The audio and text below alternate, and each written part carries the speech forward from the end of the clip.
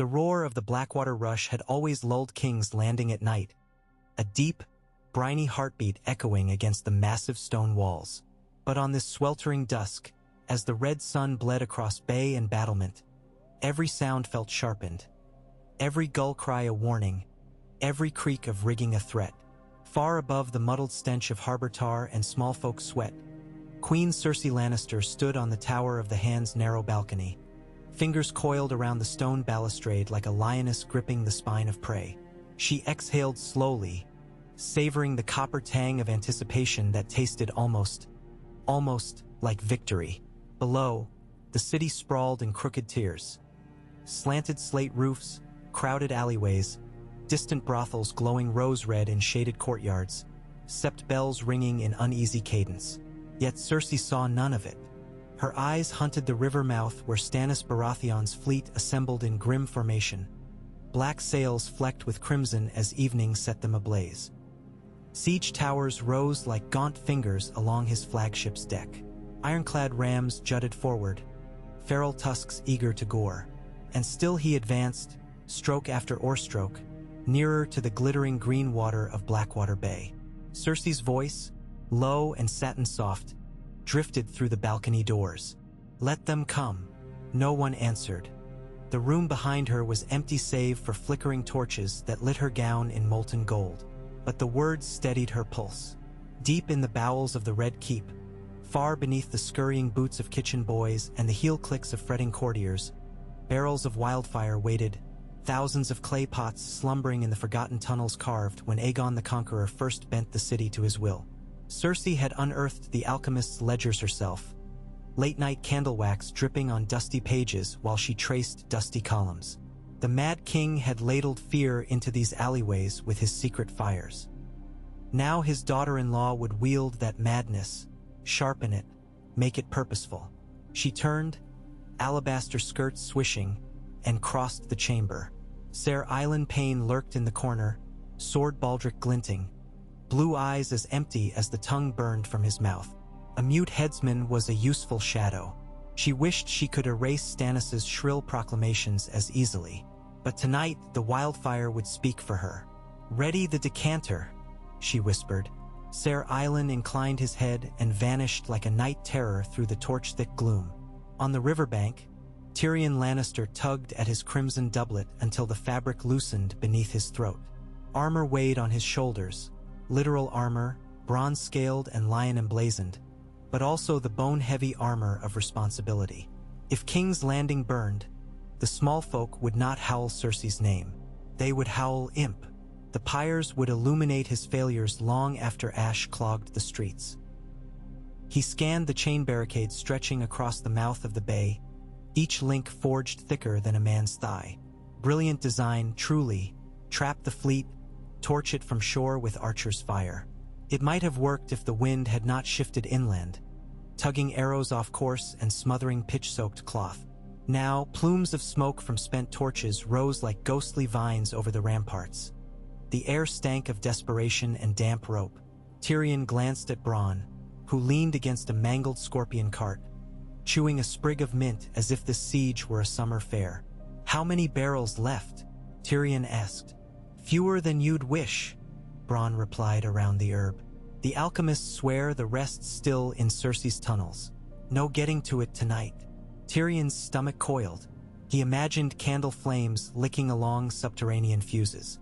He imagined one unstable jar vibrating from the rumble of catapults, cracking, spilling its unnatural, hungry fire. Bronn spat the mint into the mud. "Relax, Halfman. Not like the Queen's mad enough to light her own city." Tyrion did not answer. High on the battlements of Dragonstone, Melisandre of Ass-High watched the horizon darken. Crimson dusk swallowed the bay, yet a faint jade shimmer pulsed along the waterline, as if some leviathan glowed beneath the waves. She breathed the sea salt wind, tasting hidden promise. The night was thick with visions.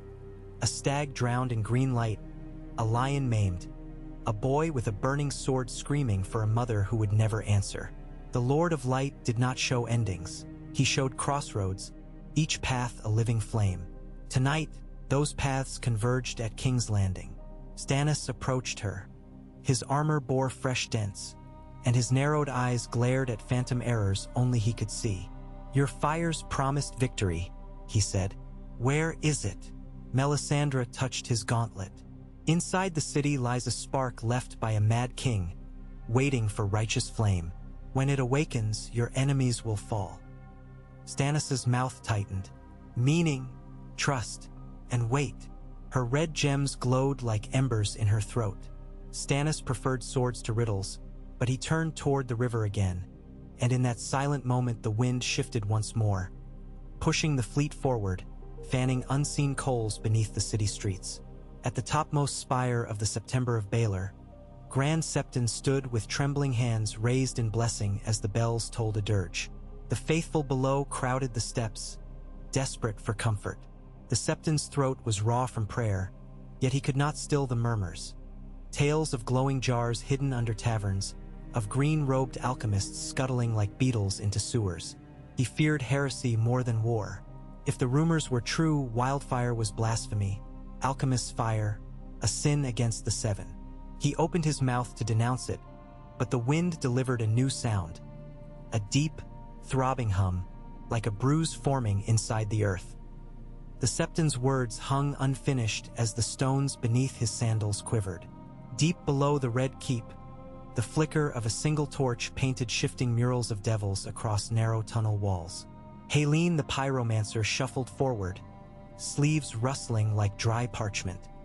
His apprentices carried crates of sealed pots, stacking them with reverent care next to fuses braided from soaked hemp. Cersei's orders had been explicit. Prime the storehouses, await the signal, 3 clangs from the bells of the Great September. Yet the bells already tolled from fear. Every peal echoed through the tunnels, and Haleen's heart galloped. "Not yet," he muttered. "Not yet, not yet." A tremor shuddered from above. Catapult stones crashing into the courtyard perhaps, and dust trickled from the ceiling.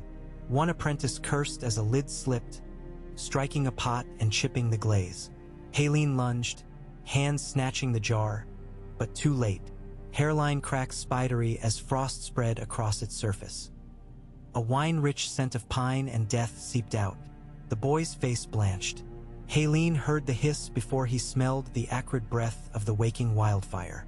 Thin green smoke curled upward, strands of emerald silk.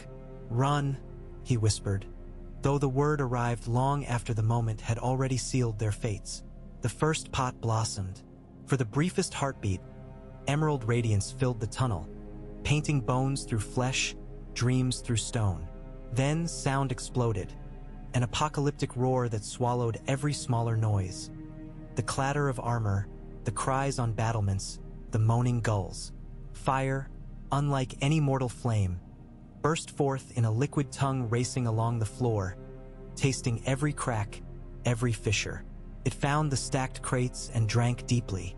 On the streets of Flea Bottom, a baker woman named Wenda clutched her son as the ground convulsed. A gust hotter than dragon breath shot up from sewer grates, tearing stall awnings from their poles. Green fire spurted out of manholes in serpentine pillars. People screamed, scattering like panicked mice.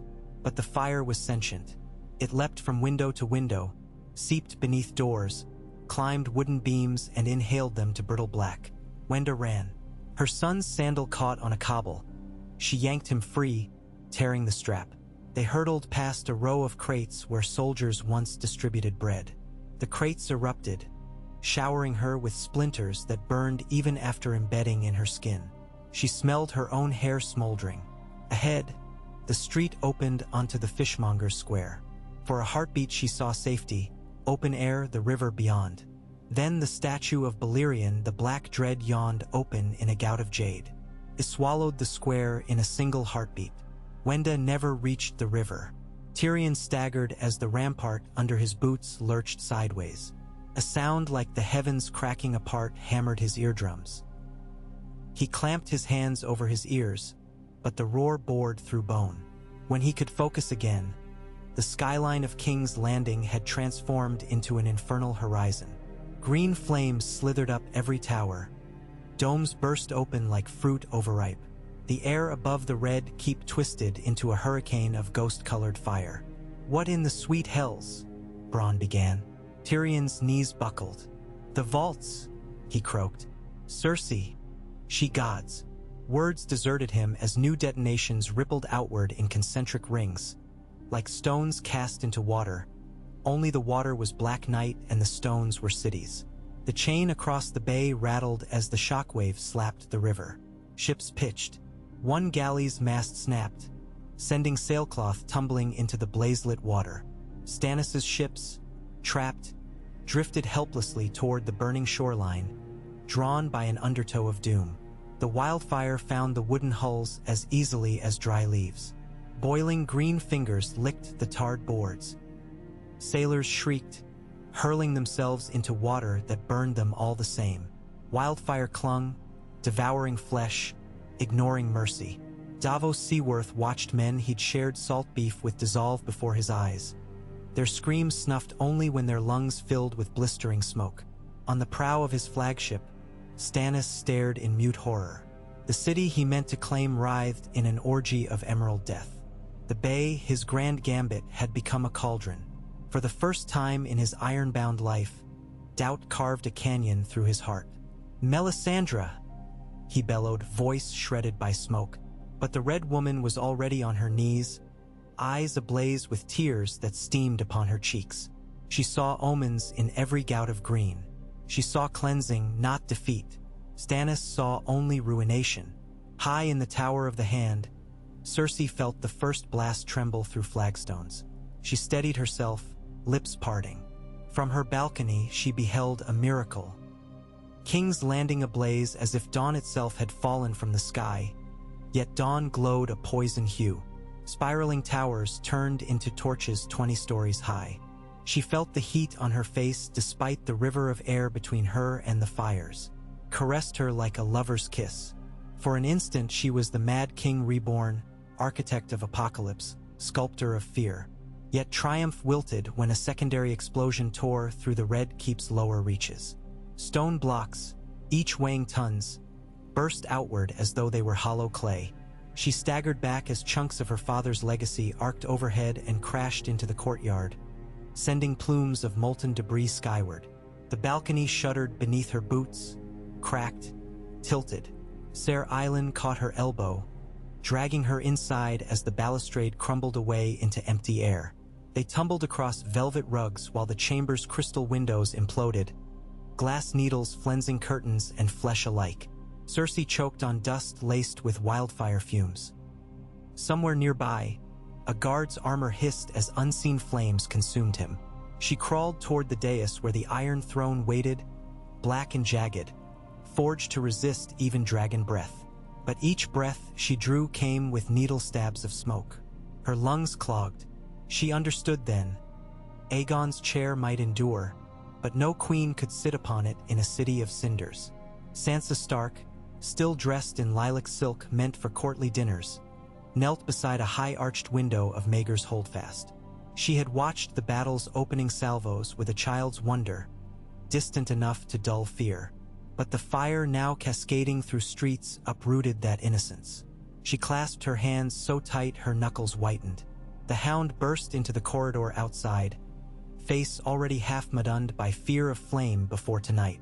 Seeing the inferno, he dropped his helm, boots skidding on marble as he sought any exit away from the blaze. When his gaze found Sansa, her tears glittering, flames reflected in her eyes, he hesitated. "Girl," he rasped, throat raw. "We leave now." Sansa shook her head. "My place is. Your place is ash if you stay." He seized her wrist. At his touch, the spell of terror shattered. She followed him down spiraling stairs that rained sparks. Red Keep corridors twisted like molten guts. Servants burned where they fell. Knights writhed in armor that had turned into cauldrons. But the Hound carved a path, sword hacking through flaming timbers, cloak beating out embers before they kissed Sansa's hair. They emerged into the Godswood courtyard just as the Sept Tower in the distance folded inward, its bells screaming one last time before the spire vanished in a luminous geyser. The shockwave flattened hedges, tore leaves from the heart tree in a storm of crimson and green confetti. Sansa stumbled, ears ringing.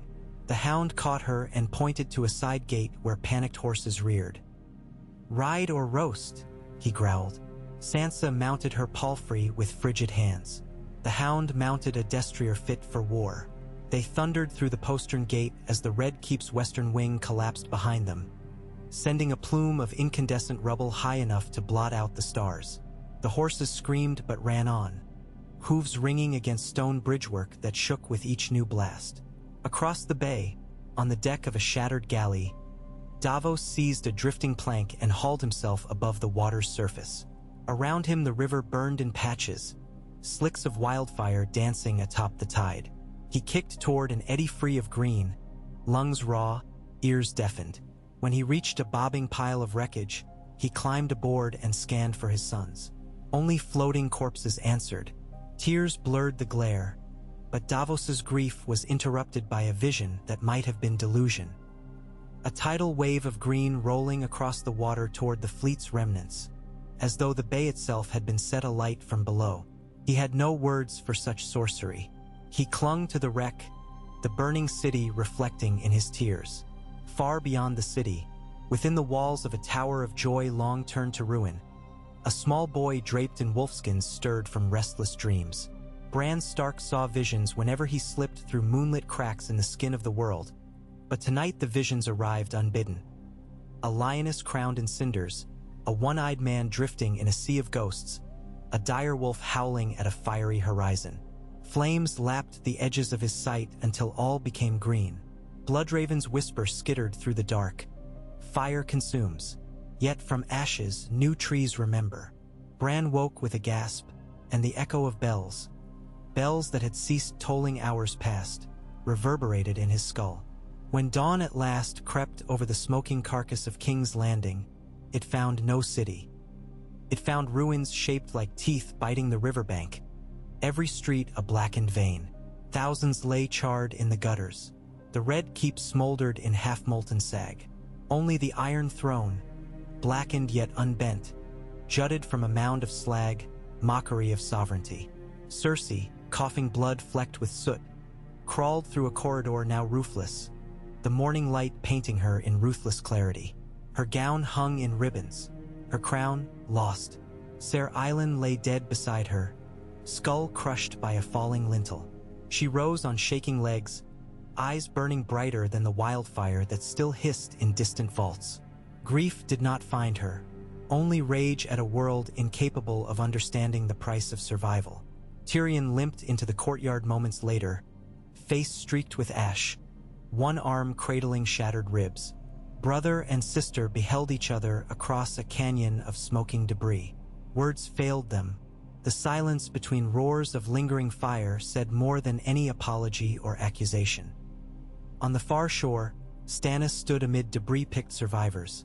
No fleet, no army, only a few hundred men who crawled from the river smelling of burned pitch and despair. He gazed upon the ruin and understood that a throne built of swords could not conquer a void of cinders. Melisandre's red eyes flicked with triumph, but even she seemed small against the apocalypse they had witnessed. And high in the sky, crows wheeled through sulfur-stained thermals, their cries echoing eternally over a land whose capital had become a tomb.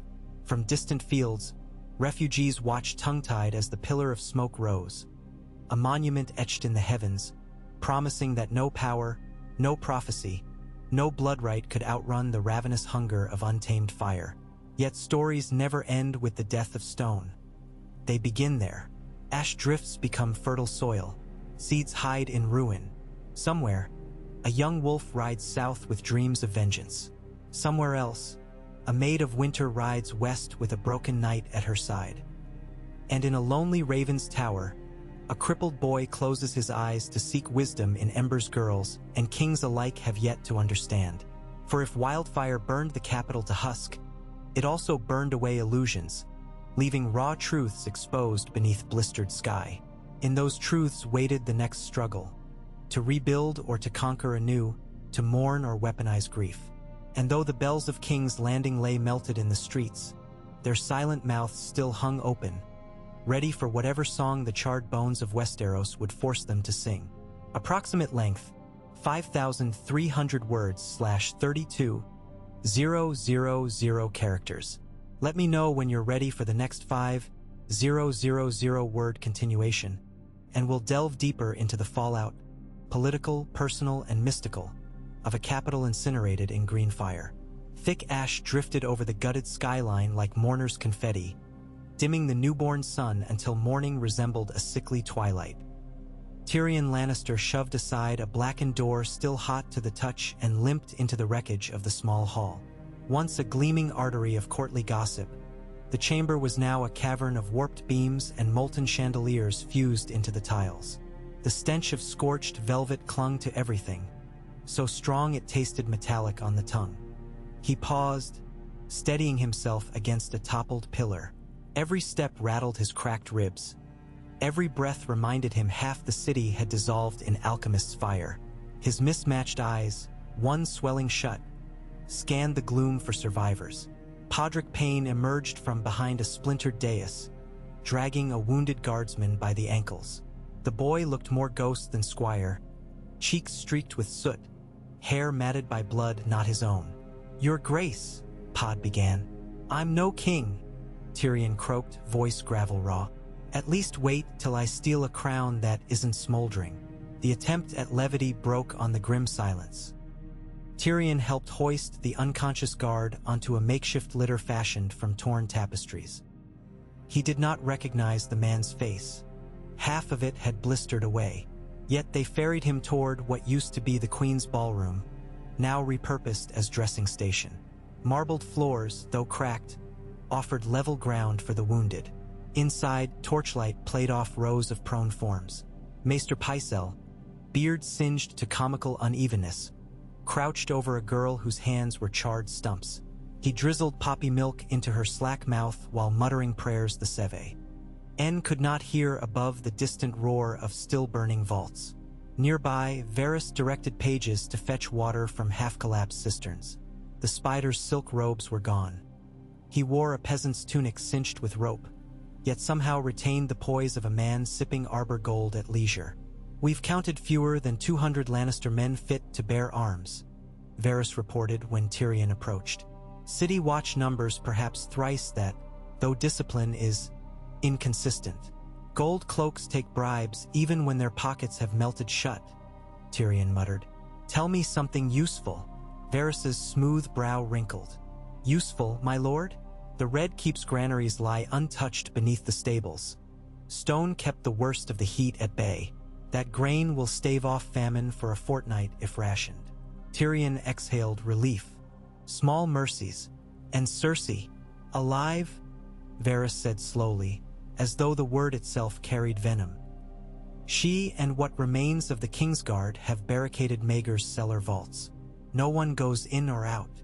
Tyrion rubbed soot from his forehead, leaving streaks. "She'll lash out like a wounded lioness. We'll need to speak before she decides to finish what Wildfire started." Varys nodded. "Approach with caution. All her cubs are gone, but her claws remain." In the subterranean gloom of Maegor's holdfast, Cersei Lannister paced between overturned wine casks and shattered candelabra. Crackling fires hissed somewhere above, muffled by thick stone, and by the screams that had already faded to memory. She wore a torn shift once the palest ivory. Now it was gray with soot and stiff with dried blood at the shoulder where a falling beam had grazed her. No maids remained to mend or comb. Ser Meryn lay dying and Ser Boros wheezed fevered breaths. Only Qyburn, the dismissed maester with soft steps and softer voice, attended her.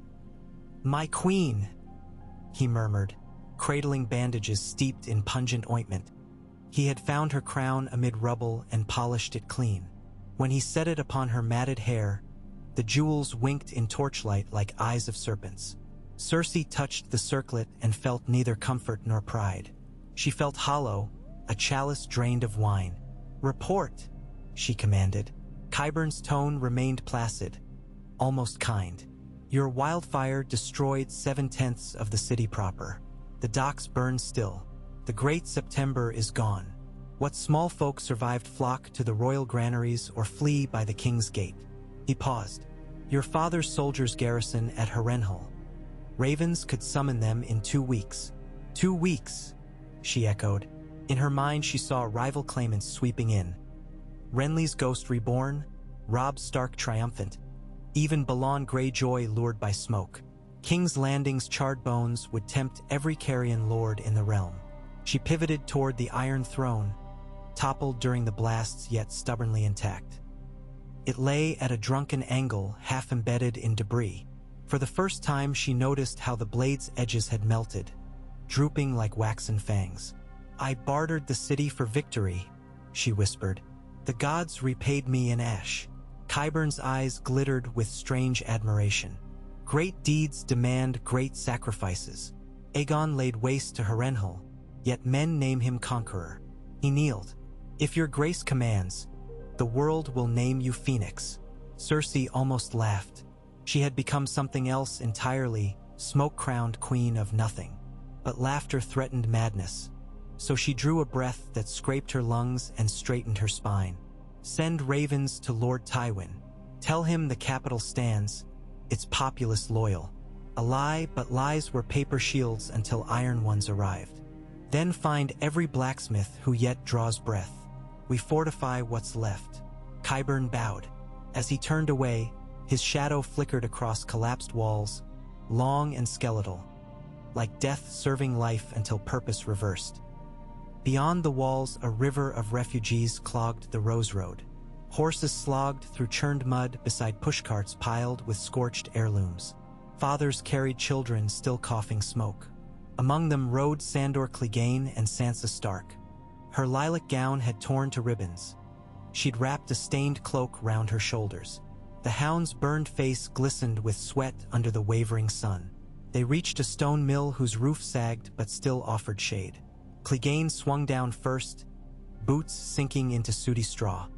He scanned the hills, ashen slopes dotted with tents fashioning themselves from sheets and doors ripped off hinges. The city's cry for bread would soon ripple outward. Sansa slid from her palfrey, knees buckling. Sandor caught her, surprising them both. She steadied. I thought King's Landing smelled foul, she said, voice rough with smoke. Now the foulness follows the wind. There'll be worse smells when corpses rot, Clegane replied. South lies bitter water and bandits. North war. Choose. Sansa gazed northward, toward distant riverlands where her brother marched. Ash-laden clouds smudged the horizon like bruises on the sky. Yet somewhere beyond lay Winterfell's clean, cold air. She squared her shoulders. Then north, she said. If you'll guide me. Clegane's burnt lips twisted around unfamiliar words. Aye, girl. North. He did not know why he agreed. Perhaps he was fleeing his own terror of fire. Perhaps he saw in the girl something unburnt. On a stony spit beyond the smoldering harbor, Stannis Baratheon stood before a meager assembly of survivors. Tattered banners flapped, edges charred. His shadow stretched long over black sand littered with shipwrecked timbers. Where once he commanded a fleet, now he faced fewer than 600 men. Some knelt with heads bandaged. Others propped comrades who would not live to nightfall. Davos Seaworth limped forward, arm bound in strips of sailcloth. Ash clung to his beard. My king, he rasped. We cannot linger. Smoke will choke us, and Cersei's archers may rally. Stannis's eyes were red-rimmed but dry. He had not wept for brothers or ships or cause. He stared at the city-sized pyre as though locked in contest with its flames. When he spoke, his voice clanged like a bell struck too hard. No retreat. The throne remains. Davos swallowed despair. Remain and we die. Melisandre drifted closer. Her scarlet robes were pristine, as if the inferno had parted for her passage. This fire is blessing, she intoned. The false city burned away to reveal truth. Azor Ahai's sword must be tempered in living flame. She laid a hand on Stannis's arm. Come, my king. Claim your destiny while their queen hides among ruins. Stannis glanced from priestess to hand. He saw in Davos the ache of lost sons. In Melisandre's eyes he saw unyielding promise. Duty warred with mercy. Gather what siege engines remain. he ordered at last. Nightfall we advance. If the walls are gone, we walk through smoke to the throne. Davos bowed, heart leaden. Each command felt like another sun condemned. Far upriver, Arya Stark huddled beneath a willow as a river trader pulled his flat-bottomed skiff toward salt pans. Heavy smoke stained the southern sky even here. Hot ashes drifted down like unnatural snow, settling on Arya's hood. She rubbed them between fingers. They left green streaks. Gendry crouched nearby, hammer across knees. What kind of fire turns ash green? He wondered. Dragon fire, Arya said before she could stop herself. But she had seen no dragons, only ruined cities in the Mad King's stories. It made little difference.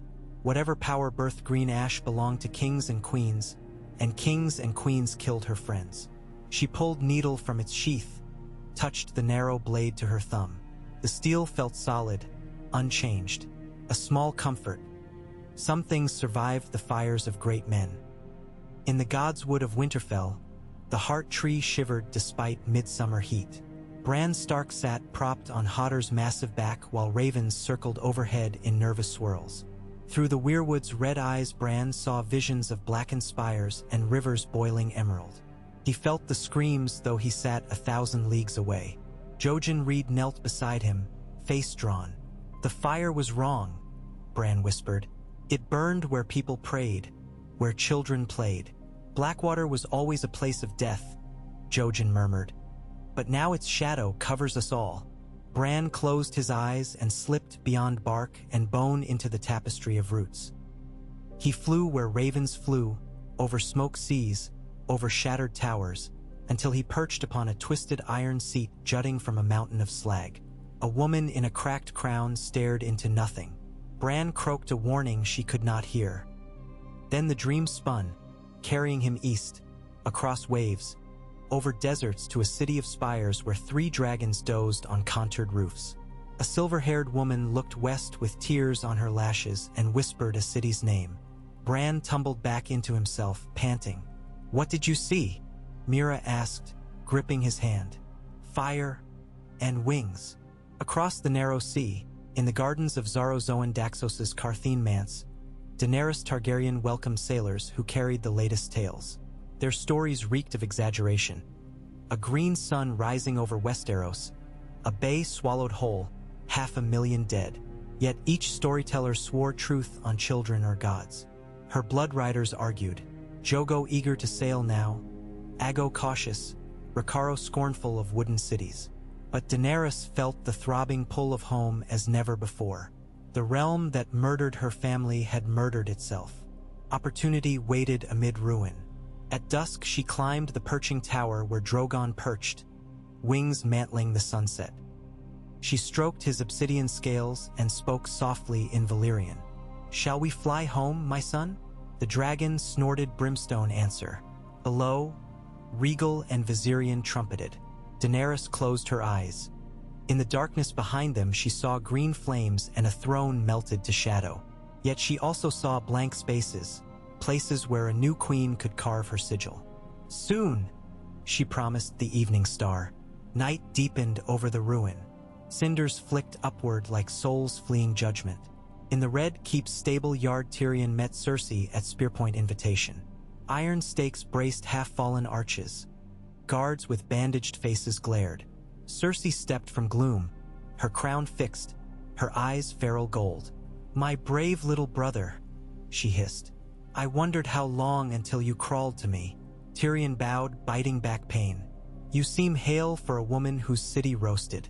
Congratulations." Her smile was a carved thing. "Spare me. You come to bargain, speak. We require order, not blame. Famine looms. Plague follows ash. Open the vault grain to small folk. Prove the queen still rules." "Open?" she echoed, incredulous. "They will riot the moment they taste generosity. Fear tames them." Tyrion felt heat flush his bruised cheeks. "Fear already consumed half your kingdom. Offer hope before there's nothing left to rule." Cersei regarded him as one might weigh a snake's worth. Then she turned to Qyburn. "Release 1/4 of stores. Announce it as my gift." Tyrion exhaled relief until she added, and announced that any who steal more will lose the hand that stole, the tongue that begged, the head that doubted. She faced Tyrion again. Mercy without teeth is weakness. He recognized the steel in her and remembered Wildfire's kisses. Arguing would waste breath they both needed. For now, he said, let us settle on half measures. He turned away before she saw his shoulders sag. That tiny defeat weighed like a millstone. By the time moonlight washed the bay, Stannis' ragged host advanced across causeways of debris piled by receding tide. Green wisps still wandered the charred wharves, snapping at boots like spiteful spirits. A band of sellswords hired enlists led the approach, shields raised against arrows that never came. No defenders manned crumbled walls. Davos limped at his king's side. Each step through cinders felt wrong, as though trespassing sacred ruins. Yet duty marched. Inside the shattered lion gate they found streets clogged with rubble and corpses, eyes gleaming glassy in torchlight. The stench staggered hardened knights. Melisandre glided ahead, her red lantern painting everything blood-soaked. When they reached the ruined market square, she halted and lifted the light high. See, she whispered, the city is yours. No enemy attacked. But Davos felt unseen eyes behind every broken door. Crossbows maybe, or starving small folk. Stannis planted his banner in cracked paving stones. It hung still. No wind stirred the burned air. Did we win? A soldier murmured. Stannis answered not. He stared at where the Red Keep's silhouette should rise. Only molten terraces remained, aglow like a forge. His strong jaw trembled for the first time Davos had seen. You promised a castle, Stannis murmured to Melisandre. I see a crypt. A crypt holds bones, she replied. Bones are seeds. From them rise kingdoms. Davos clenched his shattered hand. Seeds need soil, not ash, he muttered. Yet Stannis ordered the men to encamp amid the ruins, to clear rubble, to search for food and prisoners. Fields of firelight bloomed where tents unfurled. The army that had come to conquer now squatted like beggars in the grave of its prize. Under the westering moon, Tyrion climbed the stair to the tower of the Hand's summit. Every step echoed loneliness. The servants who once tended braziers lay dead or fled. On the rooftop terrace, he found Varys leaning over a cracked parapet, bald head outlined against embers. Report, Tyrion said, voice nearly lost in wind. Varys sighed. Scouts sight Stannis' banners inside the city proper. No engagements yet, but clashes inevitable. Tyrion rubbed temples. 2 monarchs ruling a charnel house. More than 2, Varys corrected. Every pretender will sail once smokestacks guide their way like beacons. He folded his hands. And you, my lord? Where stands the hand of the king when the king is smoke? Tyrion met the eunuch's gaze. I stand with the living, however few remain. We rebuild. One brick on another, one heartstead at a time. Varys almost smiled. Then let us begin with dawn. I've identified seawater-filled cisterns beneath Visenya's hill. If we rig pumps, we may quell lingering fires within days. Tyrion nodded, grateful. The spider still spun webs, even in wasteland. He looked east toward the glittering band of the narrow sea. A breeze carried the tang of salt and char. It also carried faint hope, new ships, new voices, perhaps dragons. But for now, his world was ruin. Tomorrow, he said, we teach ashes to remember life. 2 leagues inland, a boy named Tom, the tanner, crept through an orchard with his sister Mara in tow. They had fled Flea Bottom at the first blast, running until their lungs burst. Now hunger gnawed. Fruit hung scorched on half-burnt branches, yet Tom plucked a peach and bit. Charred skin, sweet flesh, it tasted like survival. As they ate, a shadow moved beyond the treeline. A score of men in tattered cloaks emerged, swords flashing green where cinder dust clung. Their leader wore a breastplate scorched bare. The Lion of Lannister melted to shapeless smear. He hailed the children. No harm meant, he said in cracked voice. We seek food, same as you. Tom's grip tightened on a fallen branch. No sword, but something. The man saw and nodded approvingly. "Good lad," he said. "World's changed. Best hold what's yours." He tossed Tom a crust of bread. "Keep strength. We head north at first light. Word is Highgarden still blooms." He shrugged. "Come if you dare." The band moved on, unspeaking.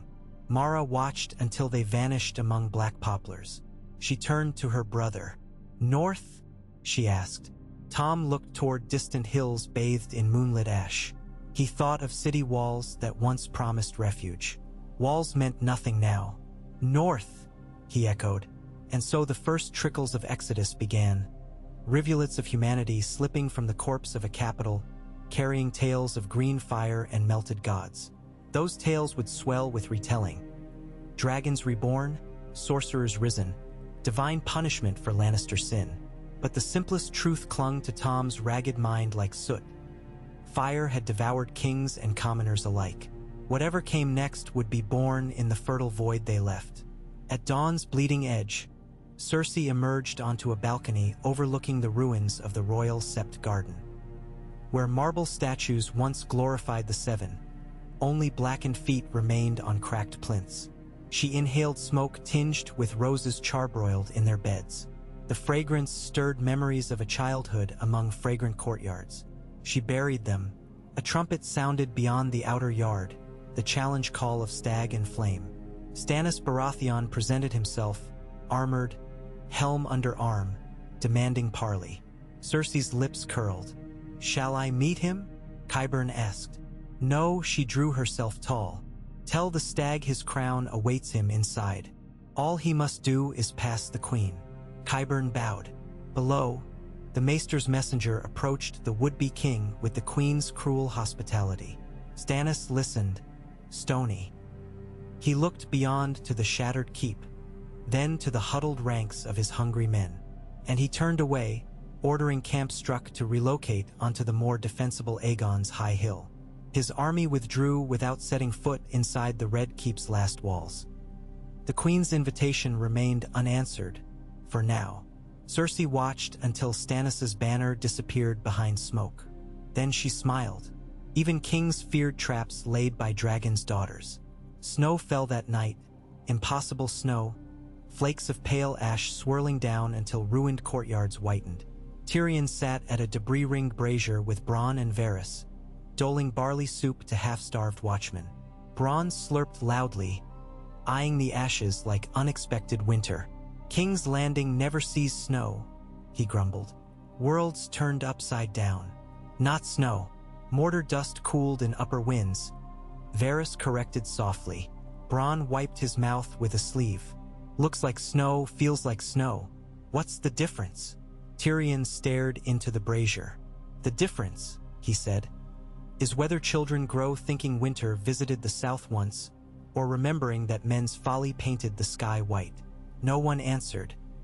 They ate in silence while ash blanketed stone and corpse alike, burying yesterday's sins in a mock purity. Across the doused embers of a city, little fires flickered, campfires of survivors stitching wounds of flesh and spirit. Within each glow tales whispered. A smith swore he saw a stone lion roar before crumbling. A septon claimed the stranger himself had walked the streets, harvesting souls. A child recited the names of sisters lost, each name a prayer. In a collapsed alley, a lone pot of wildfire hissed beneath fallen masonry, its glaze cracked but not yet vented. Every hour it ticked, slow pulses of heat through rubble. A rat scurried too near and burst in silent green flash. Sparks leapt, found dry joists, smoldered. Another blaze kindled, small as a candle yet patient. Tomorrow, perhaps, wind would coax it larger, because wildfire never forgets. And so the capital of a realm staggered into a new age, an age born not of prophecy but accident, not of crowning but crushing. Queens steeled themselves behind melted iron. Kings camped in shades of their own ambition. Dragons stirred across seas. Children grasped at distant hopes like fireflies. From the riverlands to the wall, ravens carried a single message writ in soot. King's Landing has fallen. The game begins anew. Approximate length this installment, 5,200 words/30,600 characters. When you're ready for the next 5,000 word segment, we'll plunge deeper into Fragile Alliances, the Wildfire P. Leg spreading through catacombs, and the first tremors of dragon wings above a wounded realm. Ash the color of morning veiled the dawn again, turning sunrise to a dim bruise over King's Landing's carcass. Tyrion Lannister had not slept. He stood upon the cracked ramp of the ruined Tower of the Hand, quill clenched tight enough to snap. Below him, the courtyard crawled with survivors. Maids hauling rubble, red-eyed stable boys leading half-mad horses, guardsmen digging trenches for mass graves whose lips already swarmed with flies. Each body lifted, each stone dragged, wrote a silent ledger of what had been lost, and what little might yet be saved. He dipped the quill in ink thickening from night chill and scratched his latest decree across soot-dusted parchment. Compulsory labor levies, ration tickets redeemable for barley and brackish water, penalties for hoarding. He hated every line. Soft laws bred riots, hard laws bred resentment. But an empty belly obeyed no crown. Varys hovered at his elbow, reading without comment. When Tyrion finished, he blew on the ink and passed it over. "Post copies at every gate," he murmured. "Gold cloaks to enforce under my seal." Varys bowed. "My little bird spread another sort of proclamation, that the halfman yet lives, governing while others squabble for thrones. Despair listens more readily to rumor than to law." Tyrion offered a brittle smile. "Rumor costs less than bread." He shuffled along the parapet to where a telescope lay. Bronn had looted it from a maester's corpse. Through cracked lenses, Tyrion surveyed the riverside where Stannis' soldiers erected palisades of scorched timber. They felled charred trees along the embankment, lashed them into spikes, and dug foxholes that vomited black mud. Smoke blur turned men to phantoms. He counted banners. Fewer than yesterday, hunger-thinning ranks. Farther upriver, merchant cogs newly arrived from Duskendale Road at anchor, white sails stark against ashen sky. Already black hulls of Lyseni corsairs nosed close. Free captains sniffing profit in a city without walls. Soon Tyrell roses might bloom on the horizon, or Stark direwolves, or Fry twins. All would tread the same carpet of bones. Tyrion lowered the glass. "Fetch parchment," he told Varys. "Time to write our father." Varys's expression shifted, delicate as a spider walking silk. "Will Lord Tywin march southward with haste, or watch from Harrenhal while others bleed?" "Either," Tyrion muttered, "is better than none. Tywin understands order. We've scarce any left." Beneath the scorched towers, Cersei Lannister convened her council in a vaulted cellar deep enough that the wildfire fumes merely tinged the air. Thick pillars propped the cracked ceiling like weary giants. At the long oak table sat Qyburn, gaunt despite fresh linens. Grand Maester Pycelle, beard singed to ragged wisps. Ser Balon Swan, his white cloak now gray. And Lady Tanda Stokeworth, summoned for her husband's grain stores beyond the city. No High Septon remained to bless, no Mace Tyrell to flatter, no Kevin Lannister to temper rashness. Only flittering torchlight filled the silences between. Cersei presided from a carved chair salvaged from the small council chamber, the lion sigil scorched but visible. She flung a crimson cloak over her ruined dress, crown steadied on snarled hair. Her green eyes burned with the same fever haunting the vaults. "We face 3 foes," she began, voice like honed steel. "Hunger within the walls, Stannis upon the river, and interlopers at our gates. We shall teach each to fear us." Ser Balon cleared his throat. "Your grace, half our stores already promised. If we ration more, men starve before harvest. Then they may volunteer for the wall brigades and earn double share," she snapped. "Or join Stannis and starve under him." Lady Tanda wrung plump hands. "My farms can send wagons, but the roads are thick with broken men. I cannot guarantee they'll reach the city." Qyburn's thin smile glimmered. "I have been perfecting a tincture from mold found in cellars. It dulls hunger pangs for days. A vial per man could stretch rations." Pycelle's watery eyes widened. "Sorcery masquerading as medicine? Your Grace, such concoctions may kill as swiftly as famine. Cersei leaned forward. If they die obedient, that is mercy. Dispense your potions, Qyburn. Swan, escort Lady Tanda's wagons. Any who bar their path, hang. Swan bowed stiffly. Tanda paled, but nodded. Cersei's gaze bored into Pycelle. Prepare plague wards, Maester. Smoke houses, lime pits. We cannot spare coffins. Pycelle sagged. As Your Grace commands. The Queen rose. Meeting adjourned. Our city will not perish. We have already walked through hellfire. What remains cannot break us. Her council shuffled out, leaving her with Qyburn. He spoke softly. The vaults under the ruined sept still burn. The wildfire's fumes seep through catacomb cracks. Some claim to see ghosts. Cersei brushed dust from her crown. Ghosts are useful. Let them haunt Stannis's dreams. Qyburn inclined his head, but his eyes glimmered with deeper intent. In Stannis's camp atop Aegon's high hill, the king studied a crude charcoal map scratched on a shield. Fires marked enemy positions. A ring around the Red Keep, pockets of Lannister loyalists in the streets, gold cloaks in disarray. His gauntlet tapped the shield's rim. Our scouts report disease in the charred quarters, Ser Imry Florence said. Corpses stacked like cordwood. A north wind might carry stench into your ranks. Bury them, Stannis ordered. They are within Cersei's lines, Imry countered. To bury them is her burden. Stannis's jaw tightened. My claim rests on justice. Justice does not rot civilians. Send men, masks soaked in vinegar. Imry bowed, hiding dismay. Men muttered that their king wasted strength. Yet none dared defy him. Melisandre watched from the doorway. At dusk, she led Stannis to the hill crest where a pile of driftwood waited. She placed a torch in his hand. Sacrifice draws favor, she murmured. False idols burn so truth may rise. The pile contained carved effigies of the Seven. Scavenged from the ruined September, Stannis hesitated. Faith in Lawler warred with memories of a mother's prayers spoken to these wooden faces. But he thrust the torch.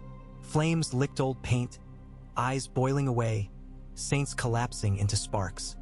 His soldiers watched in silence as the god of light devoured King's Landing's last gods. Melisandre's ruby glowed. When the city kneels, light shall crown you. Stannis looked at the inferno and wondered if crowns always demanded such fires. The blackened corridors beneath the great September's ruins lay silent except for faint hisses. Tiny breaths of wildfire escaping cracked jars. Puddles of sloshing green crept through fissures, seeking life. No life ventured here but rats, and rats died quick. Yet on the third night, footsteps echoed. Qyburn descended with 2 orphan boys bearing lanterns. They clutched cloth masks soaked in vinegar, but the stink of pine tar alchemy seeped through. The boys trembled. One coughed blood-flecked spit. Qyburn knelt beside a half-open vault where shattered sarcophagi displayed charred noble remains. Kings from centuries past reduced to brittle bone. He pried loose a crystal vial. Its stopper cracked enough to whisper green smoke. Eyes watering, he measured the seep, then smiled faintly. Still potent, he murmured. He signaled. The orphans lugged small iron cages forward. Inside each squealed a ferret. Qyburn cracked another jar, released a thread of wildfire into the cage. The ferret inhaled, spasmed, then lay still, but its fur did not burn. He recorded notes on a parchment. A vapor that kills without flame. A ghost of fire. The second ferret convulsed but survived, eyes milky. When freed, it staggered blindly before collapsing again. Qyburn tapped the parchment.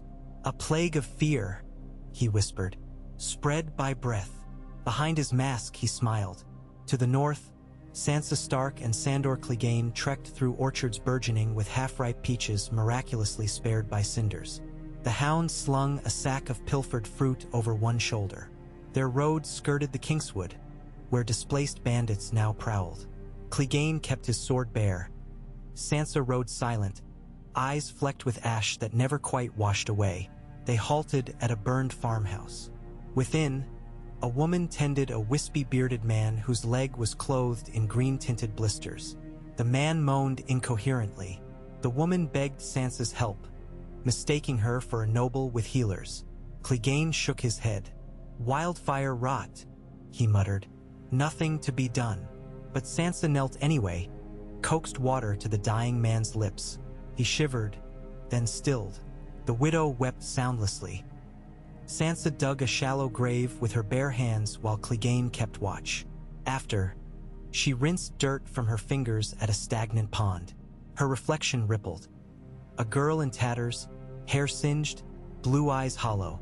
She whispered, "I am still Sansa of Winterfell." The hound answered from behind, voice rough, "Burns heal, names endure." She looked at him. "For how long?" "Long enough," he said, and offered a peach. They moved on northward. In the flats of the Trident, Robb Stark's war host paused at Maidenpool upon receiving the Raven. The capital burned. The Lannister queen and Stannis both claim rule among ruins. Small folk flee by tens of thousands. Robb read the scroll by torchlight in his command tent. Great John Umber bellowed with glee. Others murmured fear of plague. The young wolf paced. Roose Bolton advised caution. "With capital broken, our aims may shift. Why murder men who have no master? Let them bleed each other. We march on the neck, secure the north." The northern lords agreed readily. They were tired of southern mud and false dawns. But Robb pictured his sisters. If the city fell, where were Arya, where was Sansa? He slammed fist to map table. "No retreat until we find them." In a corner, Talisa, his queen, watched sorrow shadow his face. She touched her round belly, gravid with his air, and wondered whose ashes would coat their child's crib if war dragged on. At Harrenhal, Lord Tywin read the reports by lamplight. His gauntlet finger traced casualty numbers, grain inventories, Stannis's troop counts. Cerque vanguatid, lips pressed thin. Across the hall, the mountain sharpened a two-handed sword on a whetstone, sparks flying like fireflies. Tywin set the parchment aside. Cersei has turned triumph to catastrophe, yet she holds the Red Keep. Stannis lacks food, allies, and ships. He rose. "Send ravens to Lord Frey and Lord Tyrell. We march at once. Paxter Redwine's fleet will carry supplies to the mouth of the Blackwater. Our infantry will clear the King's Road of bandits." Kevin nodded. "And our terms with Highgarden? Generous," Tywin allowed. "Marjorie will wed Tommen, if Cersei has not roasted him." A brittle joke. Tywin rarely cracked one, and it cut. He donned his cloak. "Harrenhal's ghosts are idle. Time they learned who commands." As he strode out, the mountain fell in. War marched south again, more deliberate than Wildfire, but just as merciless. On the island fortress of Dragonstone, Maester Pylus climbed the sea tower to deliver a raven scroll to Princess Shireen. She traced the words with scarred fingers. "King's Landing aflame, mother held inside, Uncle Stannis marching within." But below, Ser Axel Florent commandeered departure barges, shipping food to his brother. Shireen clutched Patchface's hand and whispered, "Will father win?" Patchface giggled, eyes unfocused. "We'll dance in shadows, little fish, shadows green and shadows lean." She did not understand but felt colder than the sea wind. Far over the narrow sea, Daenerys Targaryen walked the decks of the Draman Stormborn. Her flagship among a modest convoy Xaro's gold had bought. Sails bellied east wind toward Pentos, where Illyrio Mopatus promised fresh allies and ships for the crossing. Above, Drogon glided, casting fleeting shade. The captain approached. "Smoke on the horizon, my queen. Burning fields, perhaps." Daenerys peered ahead. Plumes drifted against blue sky. Ships seldom burned so bright. Everywhere, it seemed, kingdoms surrendered to flame. She tightened the sash at her waist. "If the world is ash," she murmured, "it will be fertile for dragons." Midway through the fourth night, a tremor shook King's Landing. So slight many slept through it. Tyrion felt it, a shiver in flagstones.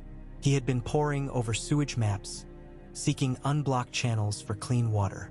The tremor came again, stronger.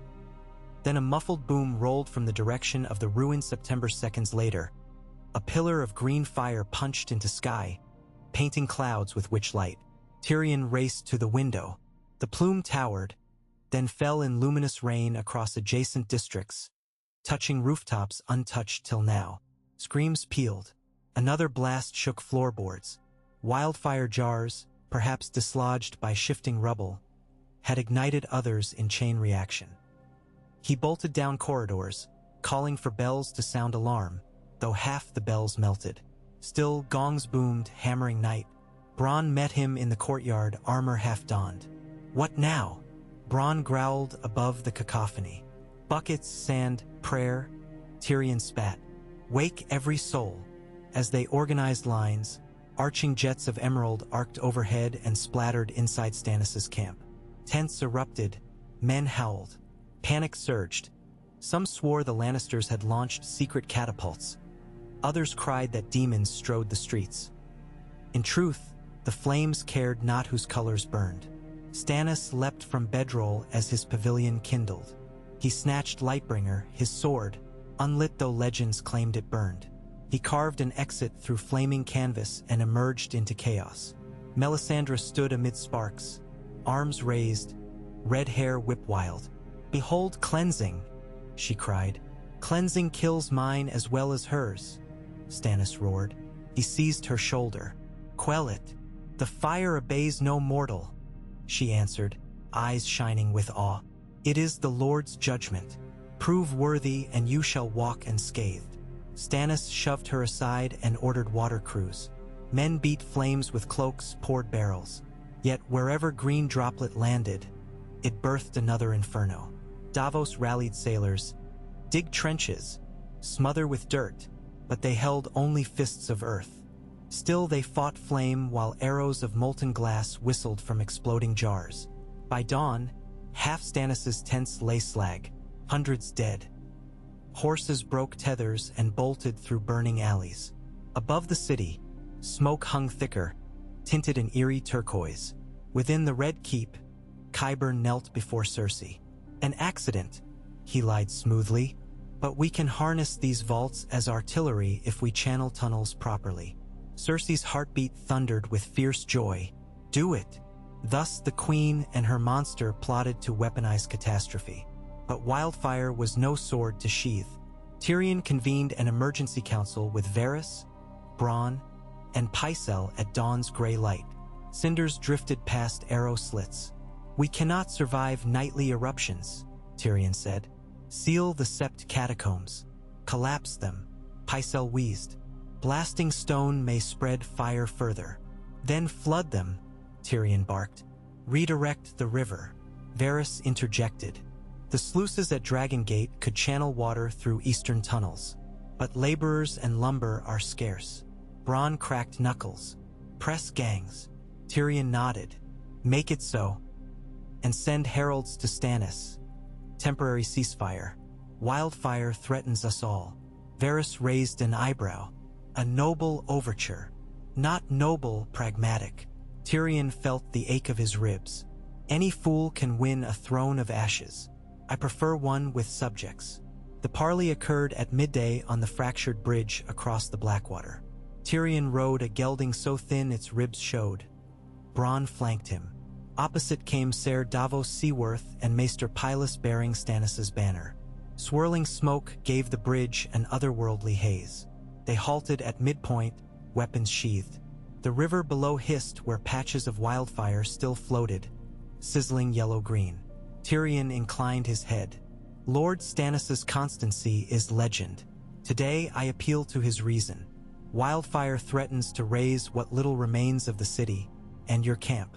Let us cooperate to extinguish it." Davos studied him. "The hand of the false king speaks of mutual survival?" Tyrion smiled thinly. "False? Perhaps. But even a false dwarf prefers not to burn." "What terms?" Davos asked.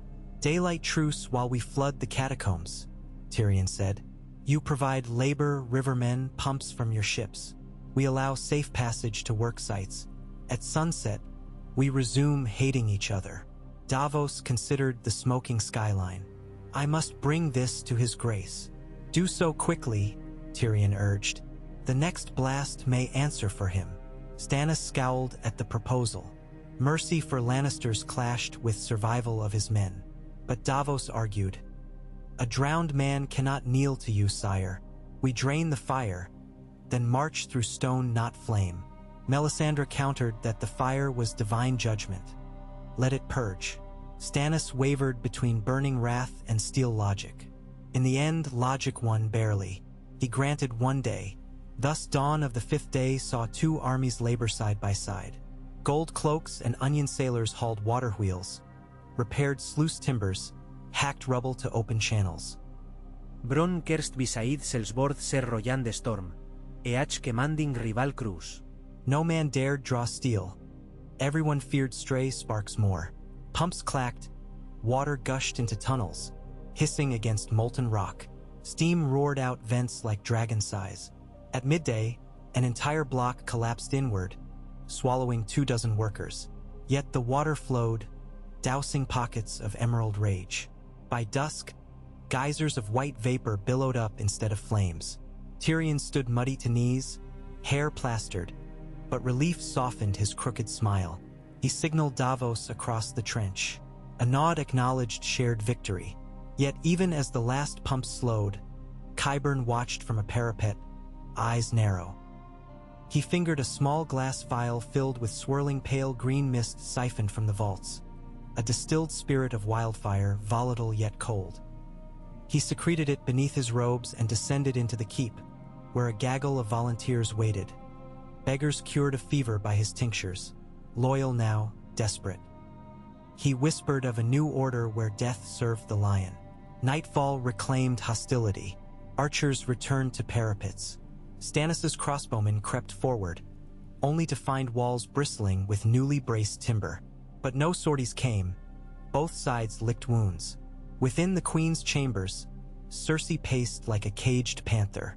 Qyburn reported the dousing of fires, yet unveiled his bottled vapors. Liquid fear, he called it. Break the glass, inhale. The lungs burn unseen. It spreads from breath to breath. Cersei held the vial to torchlight, mesmerized. If unleashed in their camp, hundreds suffocate before sunrise. No blaze to warn them. She weighed. Fire had betrayed her, burned friend and foe. Yet invisible fire. She curled fingers, then thrust the vial back. Not yet. I want Stannis to watch his men die when I command, not in dark confusion. Prepare more. Qyburn bowed. As my queen wishes. Beyond the walls, Stannis' maesters tended coughs and blistered throats. Some men who had battled the tunnel fires now wheezed blood at night. Maester Pylus feared lung fever from smoke, but Davos wondered at the unnatural speed. He watched a strong knight gasp his last before dawn, lips tinted faint green. He reported to Tannis. The king listened, face carved of granite. If poison, we answer with steel, he vowed. He ordered rangers to watch sewer outlets and air shafts, posted double sentries. Melisandre added cryptic warning. Shadows breed where light is quenched. Beware assassins formed of smoke and grief. Stannis ignored riddles. He sharpened swords. In the countryside around the Blackwater, Tom the Tanner's refugee band reached a charred village ruled by a gang of former soldiers flying no banner. They taxed every passerby a copper or a body. Tom saw the barrel where severed hands floated in lazy brine. He stepped aside to flee, but Mara tugged his sleeve. We have no coppers. A grizzled captain approached, eyeing them like meat. Tom clutched his stick. Before the captain could speak, a whistling arrow struck his throat. He gurgled, fell. Chaos erupted, shouts, more arrows. From the Treeline stormed riders bearing a green field of barley sigil. House Tarly of the Reach. Samwell Tarly was not among them, but his father Randall led fierce men determined to restore order on the King's Road. They fell upon the bandits. Swords flashed. Tom pulled Mara behind a trough. Minutes later, the road lay strewn with bodies. Randall Tarly's men rounded survivors. He dismounted before the siblings. From whence do you come? King's Landing, Tom whispered. Tarly's face hardened. Then you have seen hell. The Reach sends grain north. You may travel under my banner, but obey Reach law. He pointed his sword south. Better to serve fields than ghosts. Come. Tom glanced at his sister, then joined the column. In their hearts, a flicker of hope survived. Someplace remained unburnt. North of the neck, Jon Snow paced atop Winterfell's battlements, wind tugging his cloak. He had returned from Hardhome weeks prior, still haunted by dead eyes beyond the wall. The Raven reached him. King's Landing destroyed in Wildfire, Stannis alive, Sansa missing. He gripped the message so tight the parchment tore. Sam stood beside him, breath fogging. Chaos South could delay the Boltons, Sam ventured. Jon shook his head. Chaos breeds opportunists. Roose Bolton will march on any weakness. He gazed north toward the wall's distant silhouette. Still, if Stannis lives, he was our ally. Sam shifted uneasily. Sending men south risks thinning defenses. The Night's King gathers. Jon exhaled. Duty split him to realm, to family, to the living. He recalled Maester Aemon's words. A Targaryen alone in the world is a terrible thing. He felt alone now, though ghosts walked every corridor. Yet he could not stand idle. Prepare ravens, he ordered. Inform the lords of the north. If the Boltons move, so do we. Sam nodded, worry furrowing his brow. At sea, the Pentoshi Gallius Queen of Dragons joined Daenerys' fleet. Illyrio came aboard swathed in silks, bearing scrolls. Letters from Westerosi lords who hated Wildfire wolf and lion alike. Men once bound to Baratheon or Tyrell now prayed for a dragon. Daenerys unrolled each, reading offers. Gold, ships, hostages. She touched the parchment stained with wax. Words, she murmured. Trust must be earned. Illyrio smiled. Grief makes men loyal. Feed them hope. They will crown you. Daenerys looked toward setting sun where shadows of her dragons danced on sails. From those shadows, the world would learn a new shape. Night 6th, a chill breeze swept the city carrying scent of rain, not ash. Clouds gathered. Tyrion stood on Joffrey's ruined balcony, letting first droplets wash soot from his hands. It rained warm at first, then hard, thunder rattling empty towers. The downpour quenched lingering embers and beat dust from ravaged streets. Rivulets turned alleys into rivers that carried charred bones to the sea. Cersei watched from another window, knuckles white. Each crack of lightning lit her face.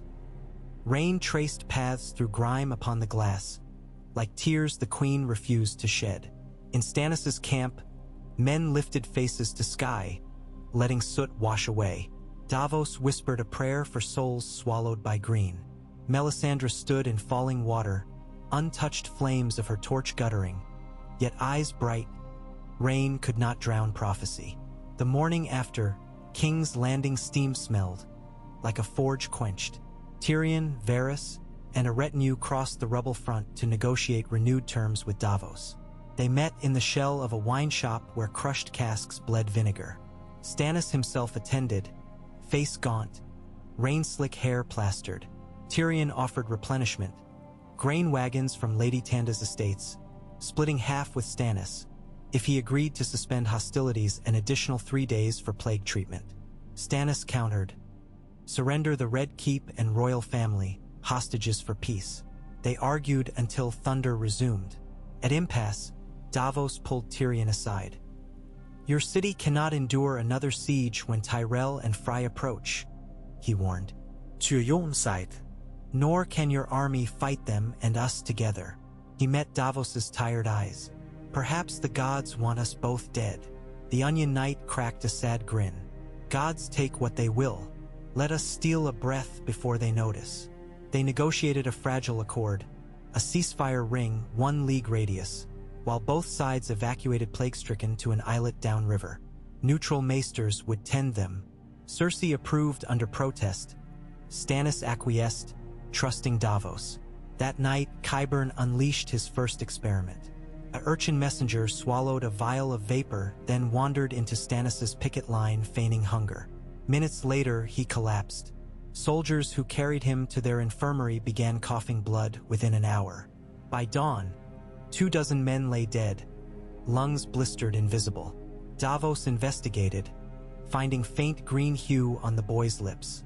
He confronted Melisandre, suspecting her fires. She denied, though her eyes gleamed curiosity. Davos realized Lannister treachery. He told Stannis, who ordered retaliatory bombardment, but maesters urged caution lest invisible poison drift back on wind. Stannis raged yet held. Tyrion, likewise ignorant, awoke to screams when plague victims surged in Flea Bottom. He saw signs: lips green, breath foul. Not smoke fever, something new. He summoned Pycelle. The old maester stammered of unknown alchemy. Tyrion suspected Qyburn. He confronted the ex-maester in a torchlit corridor. Qyburn smiled placidly. For victory, my lord, sacrifices multiply. Tyrion's hand flew to dagger hilt, but paused. If he killed the only man who understood this poison, all might die. He sheathed with disgust. Cure it, he snarled, or I feed you to your own files. Qyburn bowed. I shall endeavor, though some spirits once loosed answer only to ashes. Tyrion strode away, stomach churning. Every path led again to fire. Beyond Riverlands, Tywin's host thundered south. Scouts brought word. Tyrells marshaled at Bitterbridge. Freys marched over the Trident. Each sought advantage. Tywin sought control. He dispatched ravens offering wardship of Reach and Riverlands in exchange for loyalty. Mace Tyrell, eager for sons on the throne, agreed. Walder Frey, ever calculating, demanded Riverrun and pardons. Tywin weighed, calculating which lever best pried open the ruin. He also received ravens of Wildfire plague. His lips tightened. Cersei plays Mad King, he muttered. He spurred his destrier faster. At Braavos' house of Black and White, Arya Stark whispered names while washing corpses. Cersei Lannister, Island Payne, Meryn Trant, and now Qyburn. Green flames flickered in her memory. Each name she intoned hardened her voice. The kindly man listened and said, "A girl clings to self." Arya replied, "Some names deserve death." He handed her a vial, clear liquid, a gift of mercy for one who suffers. If she delivered, he promised another step toward no one.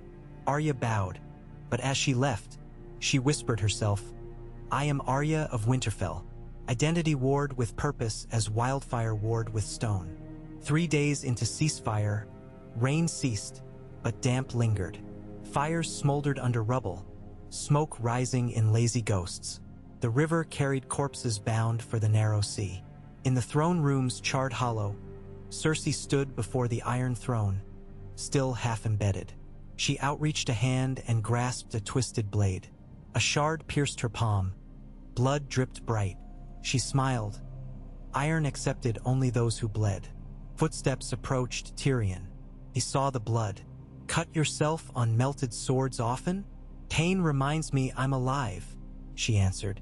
He sighed. "Father comes. With Tyrells." Cersei's eyes narrowed. "Good. Let him see what I preserved." "He'll see ruin," Tyrion said softly. "Ruin can be rebuilt," Cersei hissed. "Humiliation cannot. I will not yield my crown to Stannis or later to a Tyrell bride." Tyrion's shoulders slumped. "Your pride burned enough already." She stepped close, whisper fierce. "Better proud in ashes than slave to fools." She stalked past him out the hall. Tyrion watched her go, heart heavy. He gingerly touched a melted blade, edges still sharp. He wondered if any throne worth bleeding for existed at all. Outside the city, a far-off horn sounded deep, 3 long blasts. Stannis' sentries scrambled. Lannister watchtowers answered. Into view marched the vanguard of House Tyrell. Green banners with golden roses, knights in polished steel, serried ranks of spearmen. At their head rode Lord Mace Tyrell, jovial even astride Warhorse, and Ser Loras, helm-plumed. Behind them, Lannister standards fluttered. Red Field, Golden Lion. Tywin had joined forces outside the city, a tidal wave of fresh troops and wagons heavy with grain. Their columns stretched beyond horizon. On the ramparts, gold cloaks cheered, relief or dread, who could tell? Stannis's men tightened grips on spears. The fragile equilibrium shattered. Now 3 armies glared across smoldering corpse of a capital. Tywin rode forward under white flag to parley at the ruined Lion Gate. Tyrion accompanied him, senses spinning at sight of Father Immaculate amid carnage. "Impressive, even for you," Tywin remarked, gaze sweeping destruction. Tyrion managed bitter sarcasm. "You should see the view from the tower. Comes with smoke, screams, and excellent property devaluation." Tywin's face remained stone. He demanded audience with the queen. Tyrion led him. In Maegor's holdfast courtyard, Cersei descended the steps, crown gleaming despite grime. Tywin dismounted, removing helm. Father and daughter regarded each other over chasm of shattered stone. "You burned the city," Tywin stated flatly. "I saved the throne," Cersei retorted. "From whom?" He gestured at ruins. "It appears you saved it from its citizens." Cersei lifted chin. "Kings and cities come and go. Lannisters endure." Tywin's nostrils flared faintly. "And who will obey Lannisters now? Ghosts?" He stepped closer, voice low enough only she heard. "You channeled the Mad King's insanity. I will not allow that contagion to spread to our house." He glanced toward Qyburn lurking. "Dismiss your monsters. Surrender governance to me." Cersei's eyes blazed. "I am queen, but not ruler," Tywin cut. "Your reign ends. Your children's lives depend on your obedience." His tone made command lethal. For heartbeat, Cersei seemed to crack. Green eyes glassy, then steeled. She inclined head minutely. "As you wish, father." Tywin turned to exit. Cersei watched, pupils dilated into twin abyss. Blood from her hand stained the throne steps crimson. That night, Tyrion met with Varys in a scorched library overlooking the Blackwater. Lightning flickered distant. Father removes Cersei, weds Tommen to Marjorie, placates the realm, Tyrion said. "Peace by attrition." Varys fingered a charred scroll. "Peace built on secrets, for Stannis will not rest. Nor, I think, will the mother of dragons." He unrolled parchment. Reports of 3-headed shadow flying over Qohor. And across the sea, a storm gathers. Tyrion rubbed temples. Storms ahead, wildfire behind. We sit between. He sank into chair, exhaustion overcoming him. Yet somewhere in city's blackened heart, a small miracle bloomed. A morning glory vine sprouting from cracked masonry, tiny purple flower opening toward stars obscured by smoke. Life, stubborn as imp, refused surrender. Far below, in forgotten dungeons, that stubborn ferret, blind but alive, nosed along corridors trailing Qyburn's footsteps. It slipped through a drain into the courtyard where Tywin's tents now stood. It squeaked, unseen, exhaled faint green vapor, then curled to sleep beneath a stack of hay. A stable boy approached moments later, reached to feed the creature, and breathed in a death he would not feel until daybreak. Wildfire's ghost had found new hosts, and so the game's pieces reset upon a board of soot. 3 crowned powers above one dying city, a northern wolf on edge of vengeance, a dragon queen on wind-filled sails, a spider spinning webs among ashes, a maester conjuring invisible flames, and an orphan girl sharpening an unseen dagger on distant stones. Night deepened, veiling ruin in false calm. But somewhere beneath the wreck, a single jar yet whole pulsed softly, waiting for tremor, torch, or fate to kiss its fragile skin. Because wildfire is patient, and the thrones of men are never satisfied with the fires already lit. Approximate length this installment, 5,250 words /31,000 characters. When you're ready for the next continuation, we'll watch Tywin's siege diplomacy collide with Qyburn's unseen plague, Sansa's road north diverge toward unexpected allies, and Daenerys' fleet receive its first Westerosi summons through flame and blood. Rainwater pooled in every crater gouged by fire, reflecting a bruise-colored sky that refused to brighten. Tywin Lannister surveyed the outer yard of the Red Keep from horseback, steel greaves splashed to the knee with soot-laced mud.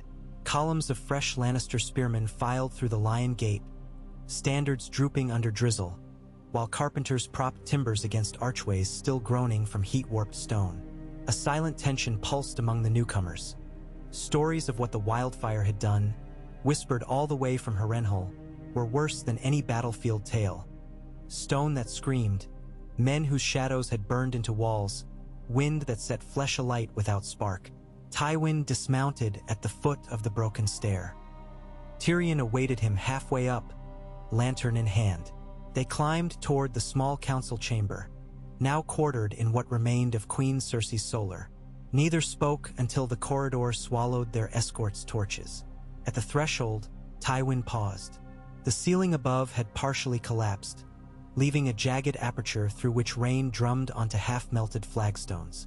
Around a scorched table sat Ser Kevan, Pycelle, Ser Balon Swan, Maester Gormon Tyrell, fat cousin to Mace, and Varys, who steepled delicate fingers like a spider enjoying the center of its web. Cersei, erect in battered crown, presided from a cushioned chair dragged across rubble. Her palm was freshly bandaged, though crimson seeped through linen.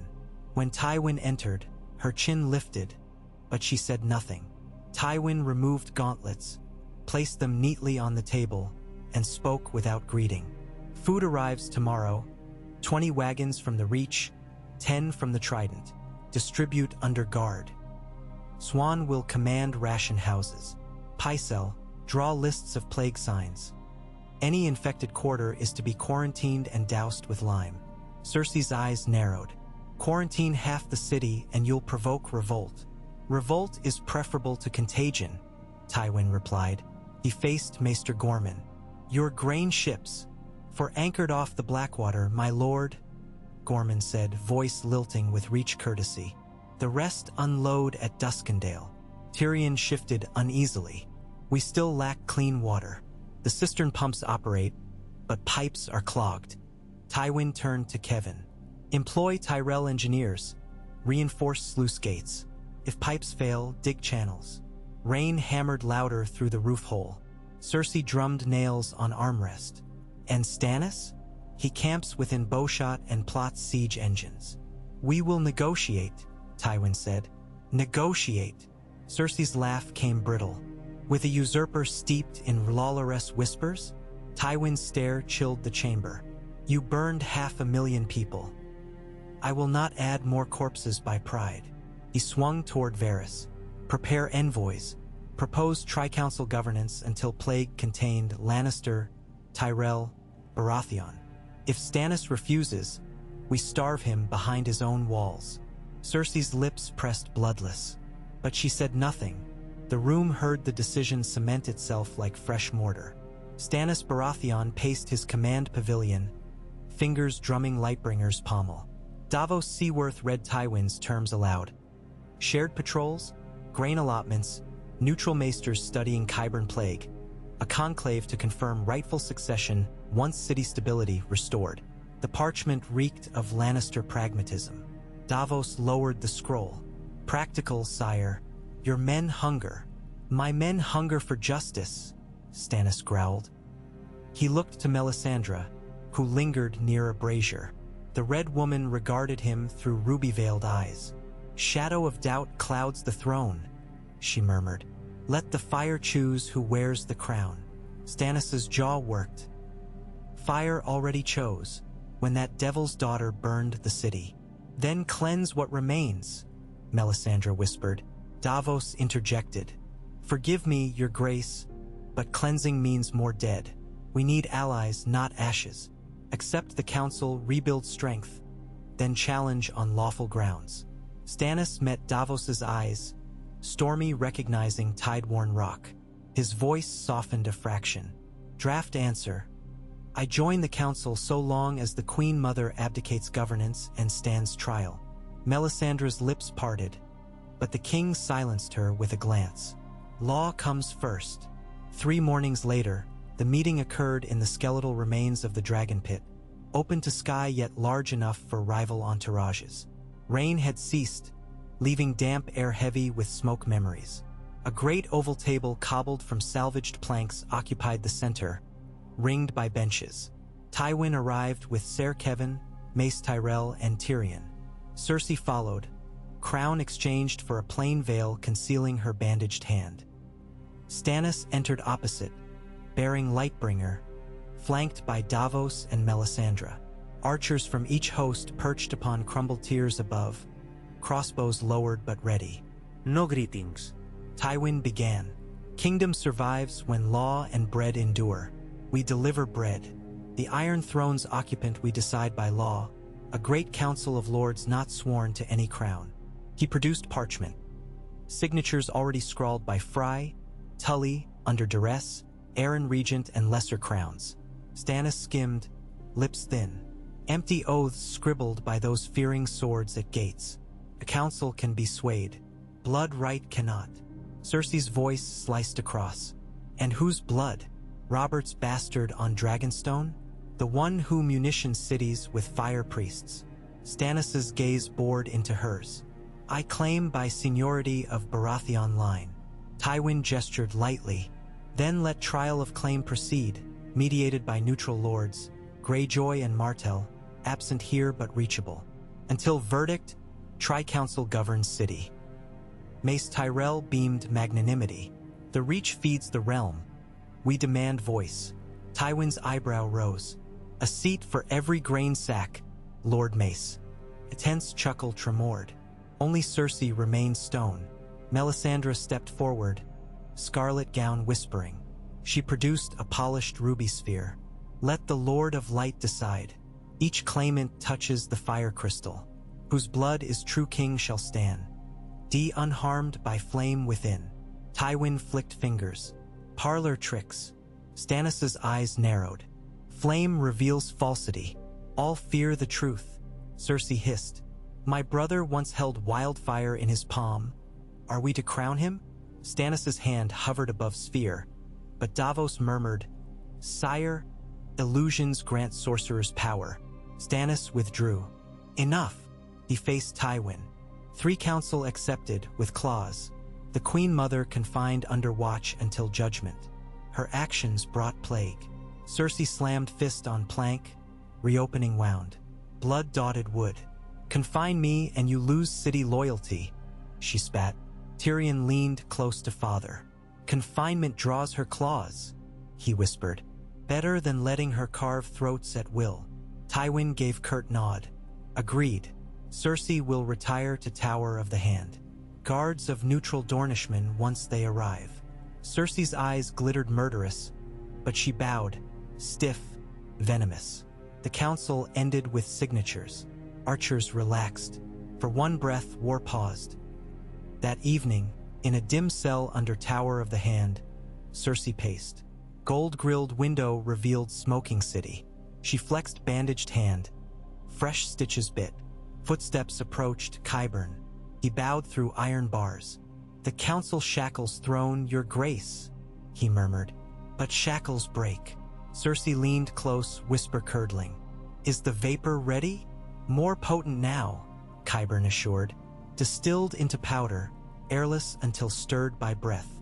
Slip it into their council chamber, she ordered. Let them suffocate on compromise. Qyburn hesitated. Tywin stands among them. Cersei's gaze remained unblinking. Father intends to dethrone me. Better a dead lion than a caged one. Qyburn's admiration gleamed. As you command. He slid away like a shadow burned in reverse light. Atop the battlements of Maegor's Holdfast, Tyrion breathed cold wind. Below, Mason's pride smashed gargoyles from parapets. His ribs ached, but the city moaned louder. Varys joined, cloak flapping. The Tri-Council may buy time, Varys said. Yet wildfire ghosts still roam alleys. Ghosts we drown, Tyrion grumbled. Plague we cure, if Qyburn cooperates. Assuming he wishes cure. Tyrion rubbed bruised temple. You think he plots more? Varys's silence answered. Tyrion exhaled. I'll watch him. His gaze drifted to river mouth where Tyrell ships unloaded grain. Above, Distant thunder groaned, summer storm brewing. He hoped rain would outpace flames. Far north along the King's Road, Sansa Stark and Sandor Clegane trudged into the camp of Lord Brynden Tully, the Blackfish, massed near the ruined inn at the crossroads. Men raised bows until Tully strode forward, recognizing the direwolf brooch scavenged from Sansa's sleeve. "By the Seven," he breathed, pulling her into embrace.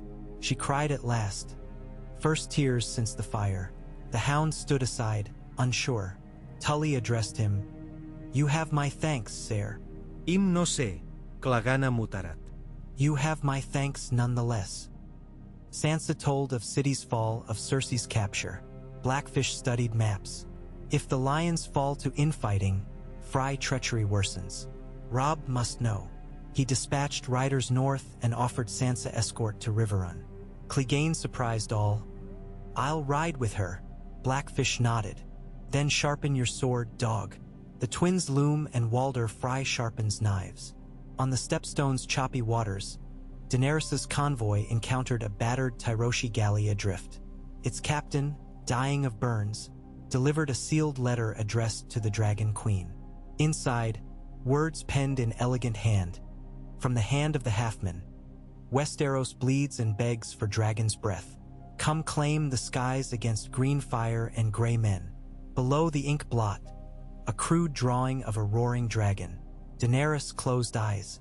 Tyrion Lannister, famed imp, sought her aid. Dragons thrummed overhead as though urging. She ordered fleet turned toward Cape Wrath, fastest landfall. Jorah Mormont cautioned, treachery. Daenerys replied, "A queen who waits loses thrones. We sail." Morning of the council's second session. Qyburn donned a scribe's cloak, hidden pockets stitched with thin glass ampoules. He slipped through servant passages toward Dragon Pit Dais, where Tywin, Stannis, Tyrion, Mace, Davos, Melisandre, and Gormon Tyrell gathered. Rain spattered gaps in roof, sizzling on torches. Qyburn crouched behind tiered rubble, extracted an ampoule, and tapped glass gently. Thin line appeared, ready to shatter with drop. He whispered a plea to forgotten gods for perfect gust. A soft cough behind froze him. Pycelle, hobbled by Cain, peered myopic through gloom. "Grand Maester," Qyburn feigned calm. Pycelle's eyes narrowed at cloak hem bulge. "Late to council?" Collecting inks. Qyburn moved past. Pycelle tottered, suspicion tugging. He followed, muttering. At chamber edge, Qyburn knelt as if arranging quills, but fingers poised over ampoule. He counted breaths. 1. Tywin discussing sewer dredging. 2. Mace bragging harvest. 3. A heavy hand seized his wrist, Tyrion. Golden chain of hand glinted as imp crouched eye level. "Lose something?" He pried Qyburn's fist open, revealing glass beads swirling pale green. Torchlight caught Davos's eye. He shouted. Tywin drew sword. Stannis half rose. Qyburn jerked, dropping ampoule. Tyrion kicked, boot sending it skittering into puddle where rain diluted contents. The vial cracked with hiss, but water smothered escaping vapor. Guards seized Qyburn.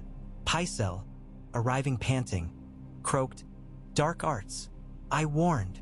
Tywin's voice thundered, "Explain." Qyburn's smile, serene, bled crimson where Tyrion's boot had cut lip. "Victory demands sacrifice." Tywin ordered him flogged for questioning. Stannis demanded summary execution. Mace paled. Tyrion stepped between swords. Alive, he might craft antidote. Dead, he crafts none, Stannis said. Tywin weighed, then nodded to Swan. Confine him below the black cells, the deepest. Cersei is stripped of rights until trial. Melisandre watched Qyburn dragged away. She murmured to Stannis, "See how darkness fights darkness. Only light prevails." Stannis grunted, but his eyes followed Tyrion with grudging respect. Word of Qyburn's arrest reached Cersei by dusk. From her barred window, she saw torches descending to dungeons. She tore bandages off wound, letting blood drip on stone, drawing a crude lion with fingertip. Torchlight flickered. She whispered oaths older than 7, promising rivers of green.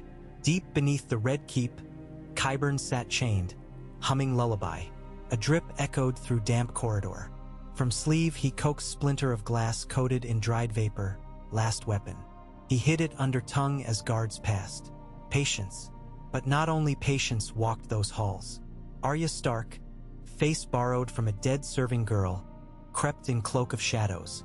The House of Black and White had sent her to grant mercy to a suffering stranger, a girl making good on first contract.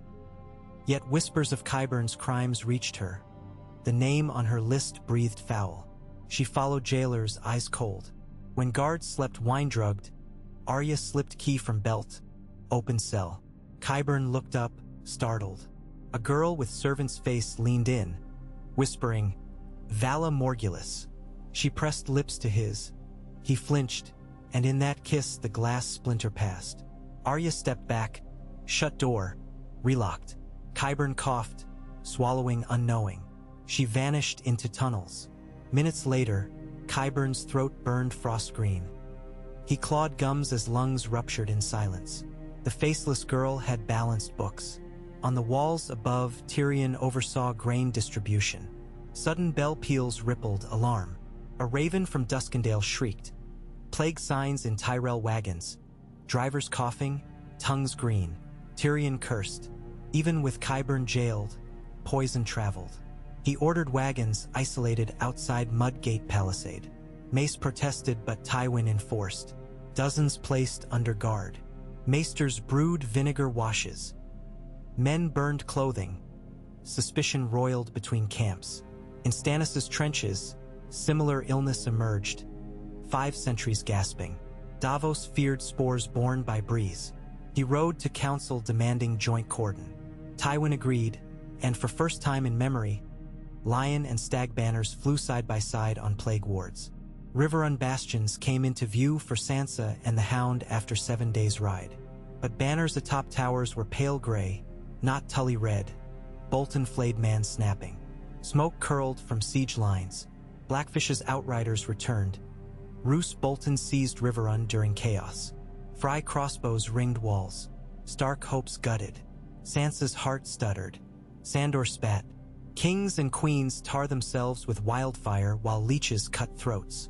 They diverted into whispering woods, seeking Blackfish's hidden camp.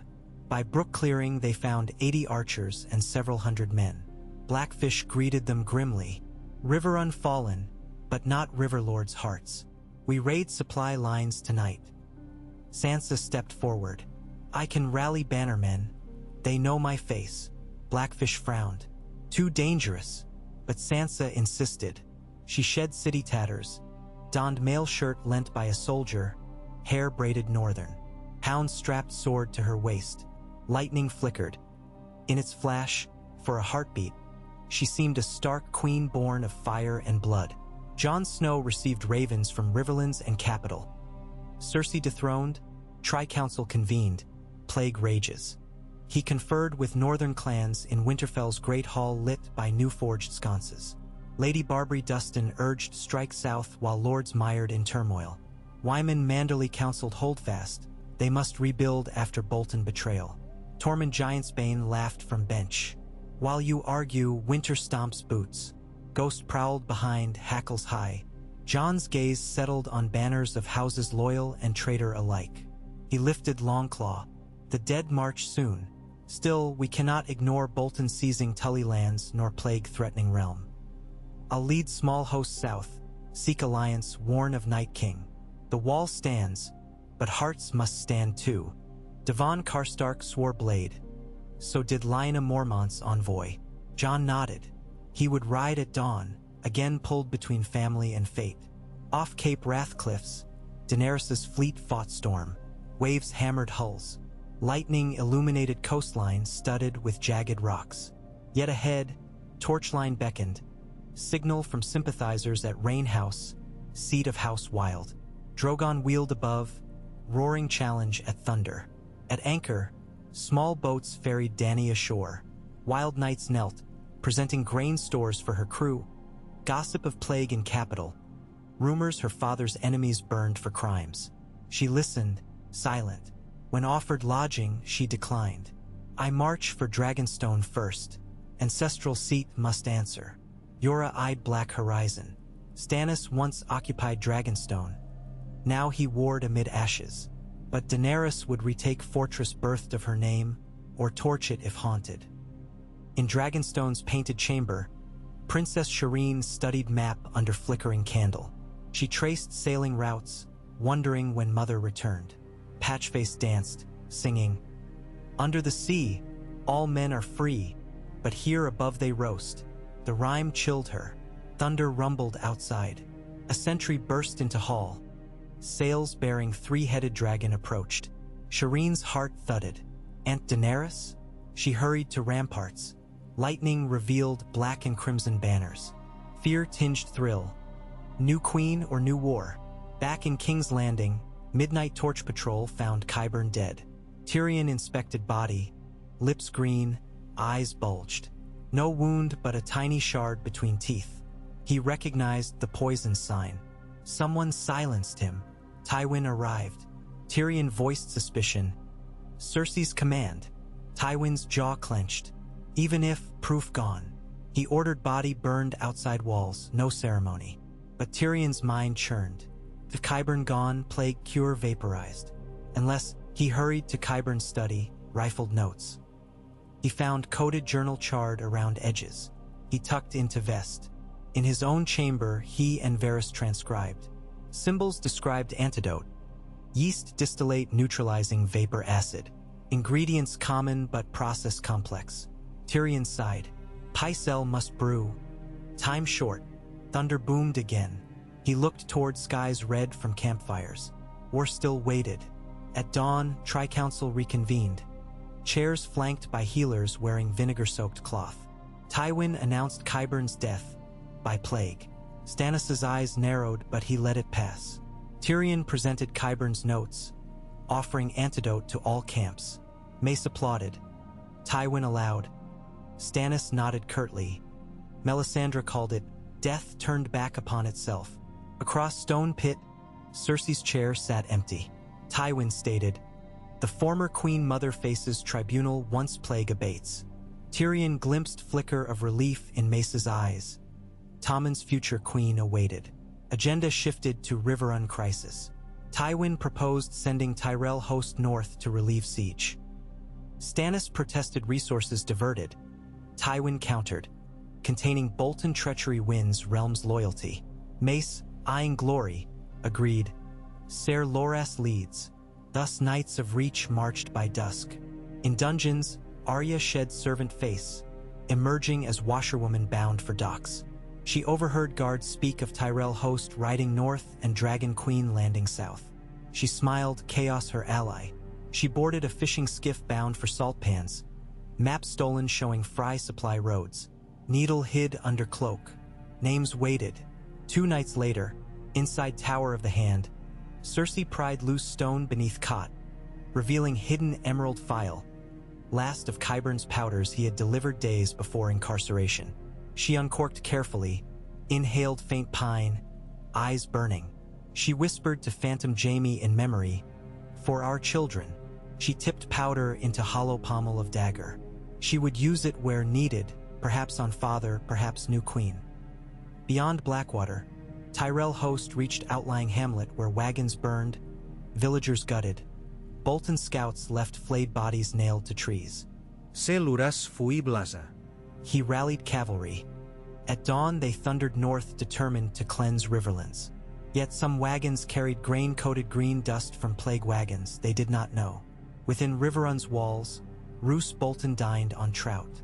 Ramsay recounted rumors. Dragon Queen landed. Tri-Council formed. Roose's pale eyes flickered. Chaos suits us, but caution. Too many fires blackened same field. He ordered ravens to Tywin, offering alliance. Riverrun for peace. Sansa returned if found. He hid letter. Must weigh where best to stand. In Red Keep's rookery, Maester's apprentice tied message to Raven. Contents unknown to him. As bird launched, lightning forked, shredding sky. For heartbeat, entire city illuminated. Crumbled towers, tented armies, plague pyres by river. Then darkness again, thunder rolling like a dragon's growl. Tyrion watched from balcony, wondering which letter flew. Plea, threat, cry. He drank watered wine, grit between teeth, and faced dawn yet again. He whispered to empty air, "One more day." But far below, in Warren's under Flea Bottom, a cracked wildfire jar hissed anew, rain having rattled its fuse loose. Green tendril coiled toward open drain leading beneath Tyrell grain stores. Because fire, like vengeance, sleeps lightly. Approximate length, 100 words /31, 200 characters. Signal when you're ready for the next continuation. Dragonstone's confrontation, Riverrun's surprise assault, the plague's turning tide, and the first glimpse of Drogon's shadow above the ruined capital. Lightning fractured the night above Blackwater Bay, glancing off twisted masts left half-submerged when Wildfire first remade the world. Out on the darkened water, longboats cut silent wakes toward Dragonstone's jutting keep, their oars muffled with cloth. Spray whipped across Daenerys Targaryen's cheeks. She tasted salt and the faint copper of coming battle. Behind her, Drogon circled high, a void on the star-scattered sky, every slow beat of his wings gathering storm clouds into an anvil over the island.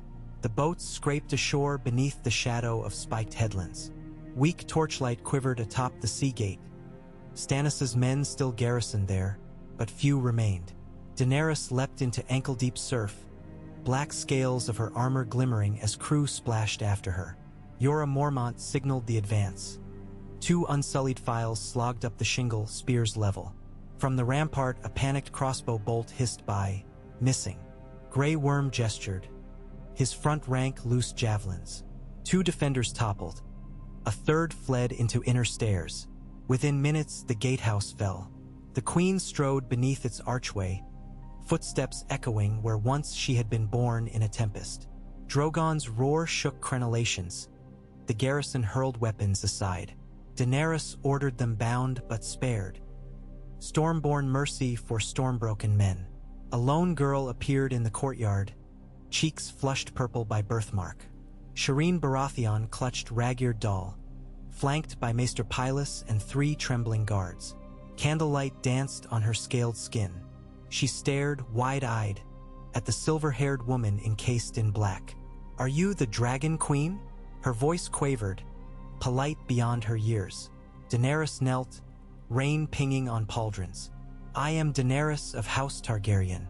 "And you, Princess Shireen," the child whispered. "My father fights in King's Landing." Jorah stiffened behind, hand on sword. Daenerys's gaze softened. "Your father is a brave man." She rose. "Take the princess below, Maester. No harm will come." She watched them hurry into the keep, then faced Grey Worm. "Dragonstone is ours. Light no fires. Signal the fleet. Claim stores. Leave peace banners." Higher up the slope, stone dragons climbed staircases toward the sky. Daenerys mounted those steps alone. At the summit, Black Betha's beacon tower overlooked the sea home, throne, tomb. She inhaled the char of old coal. Lightning revealed the painted table room behind cracked doors. She would enter soon, but not yet. Instead, she lifted arms and called to the night. "Drogon!" The dragon stooped, black wings hammering gusts across ramparts, eyes molten. He landed beside her, crouched like a gargoyle returned to living flesh.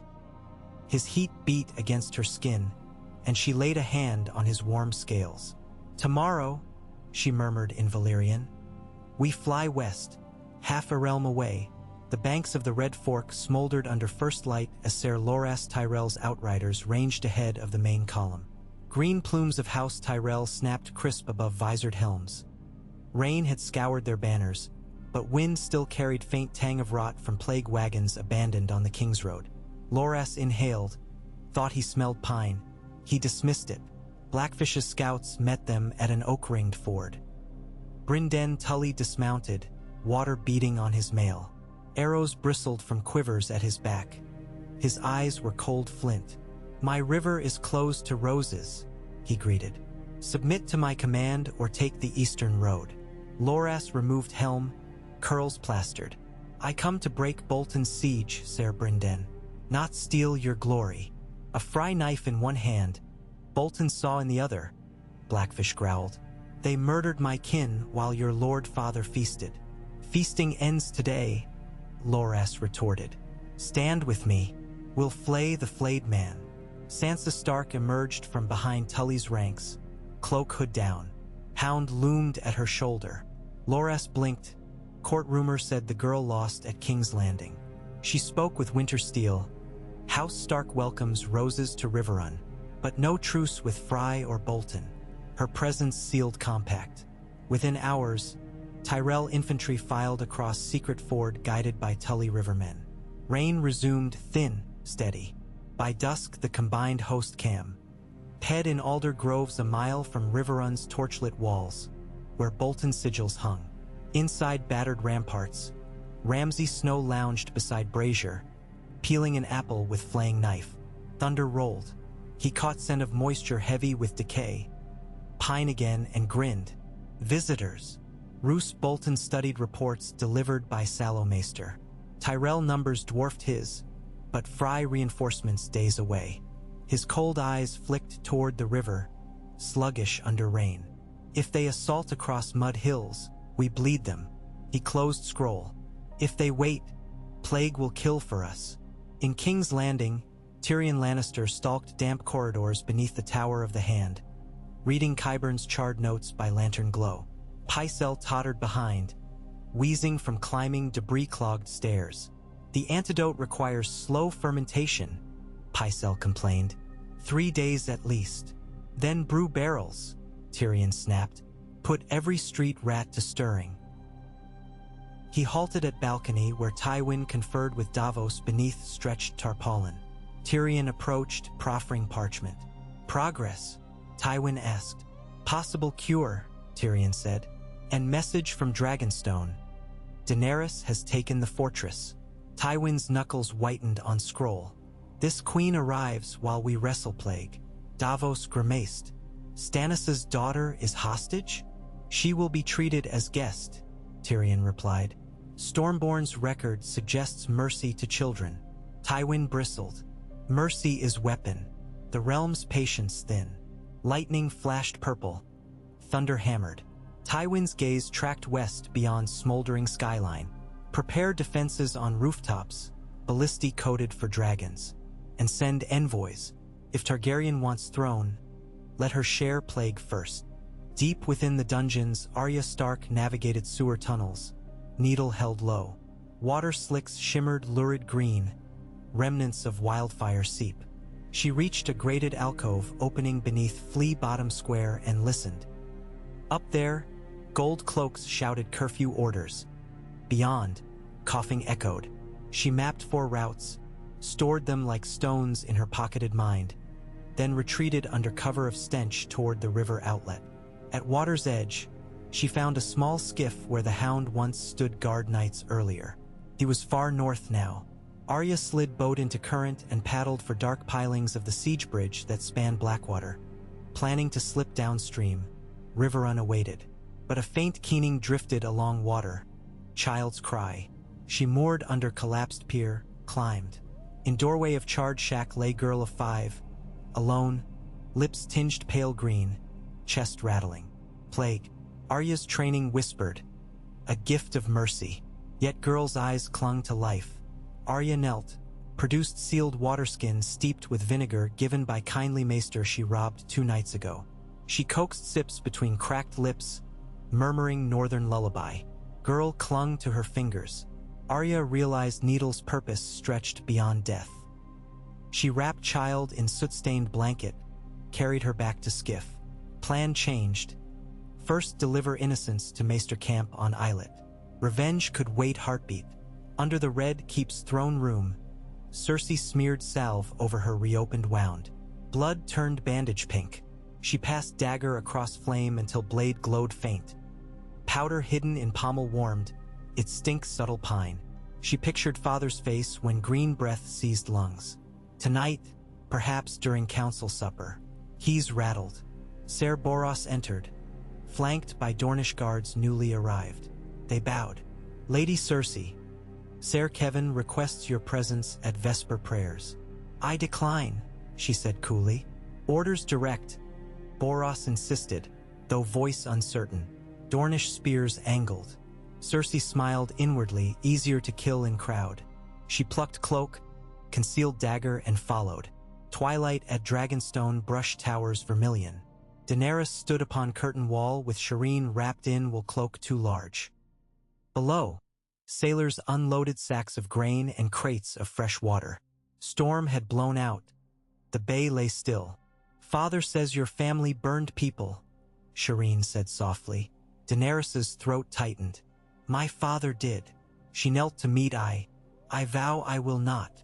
Shireen considered. "Then maybe dragons aren't bad. Patchface says under the sea dragons swim with mermaids." Daenerys laughed despite sorrow.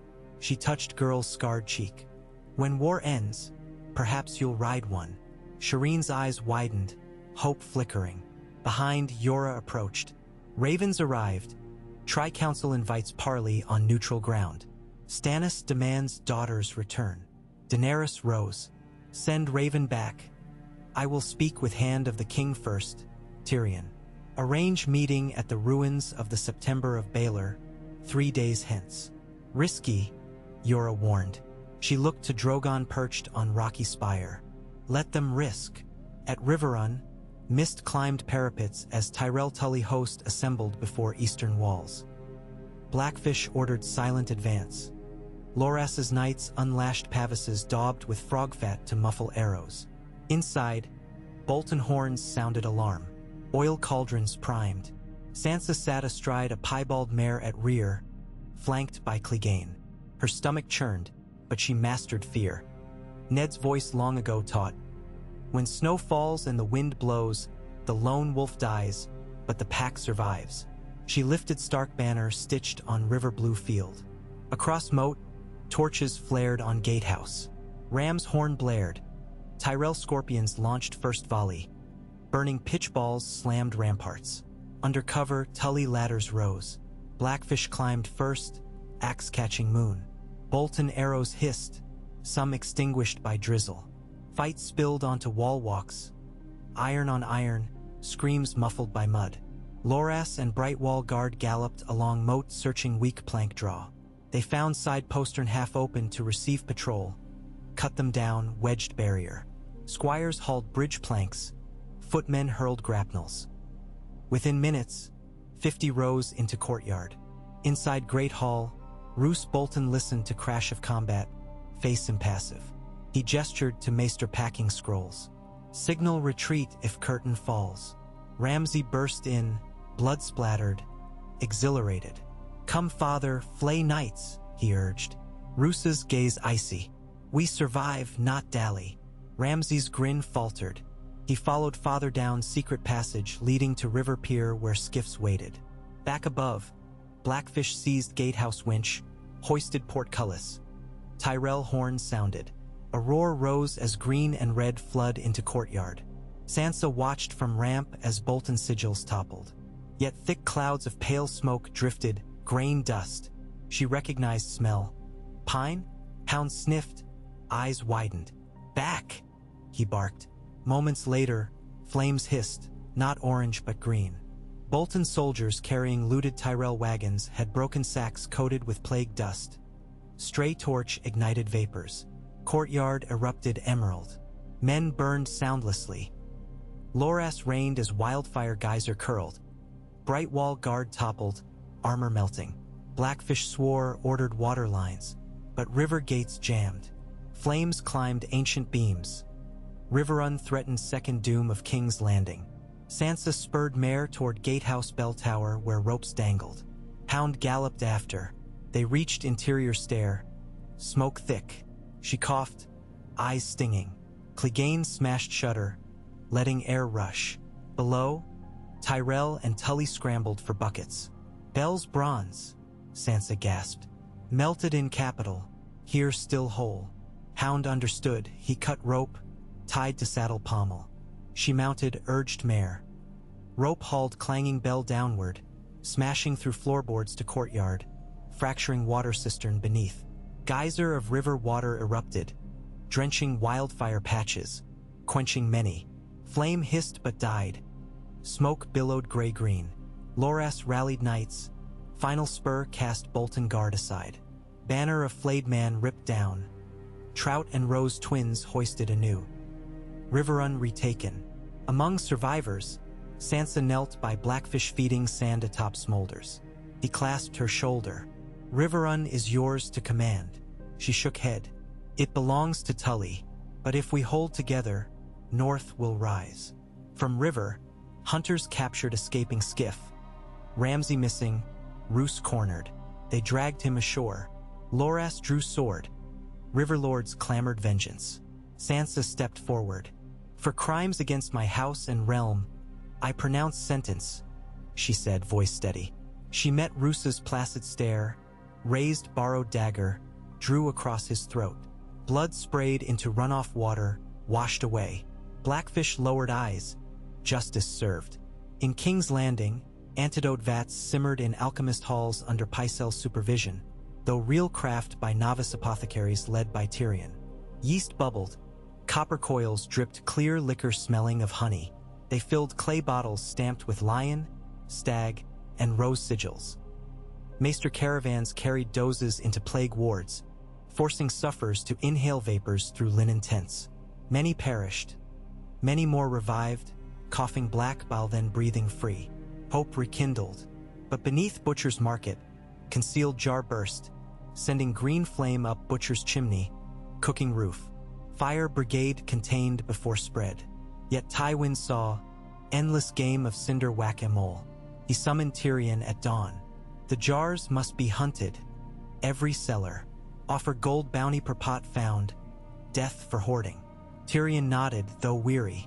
Gold we can spare? Cheaper than cities, Tywin replied. 3 days later, wind from the sea changed. Lookouts on Dragon Gate spotted shape on horizon. Vast black wings blotting moon. Ballista crews scrambled, cranking iron bolts. But Drogon soared beyond range, letting out fireless roar warning.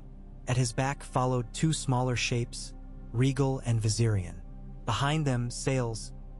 A slender fleet gliding toward burnt docks under white banners bearing 3-headed dragons circled by olive branch. Panic rippled. Some cheered deliverance, others trembled. Tywin climbed tower, studied descent of dragons. Dany's fleet anchored at mouth, out of scorpion reach. Rowboats advanced, led by silver-haired figure clothed in charcoal and crimson. Tywin ordered trumpets. They would meet Queen with courtesy if not yet steel. Tyrion waited at Mudgate Wharf, heart drumming. When Daenerys stepped onto dock, rain-wet boards shuddered. She wore scale-pattern cloak, swords at her back. Tyrion bowed low.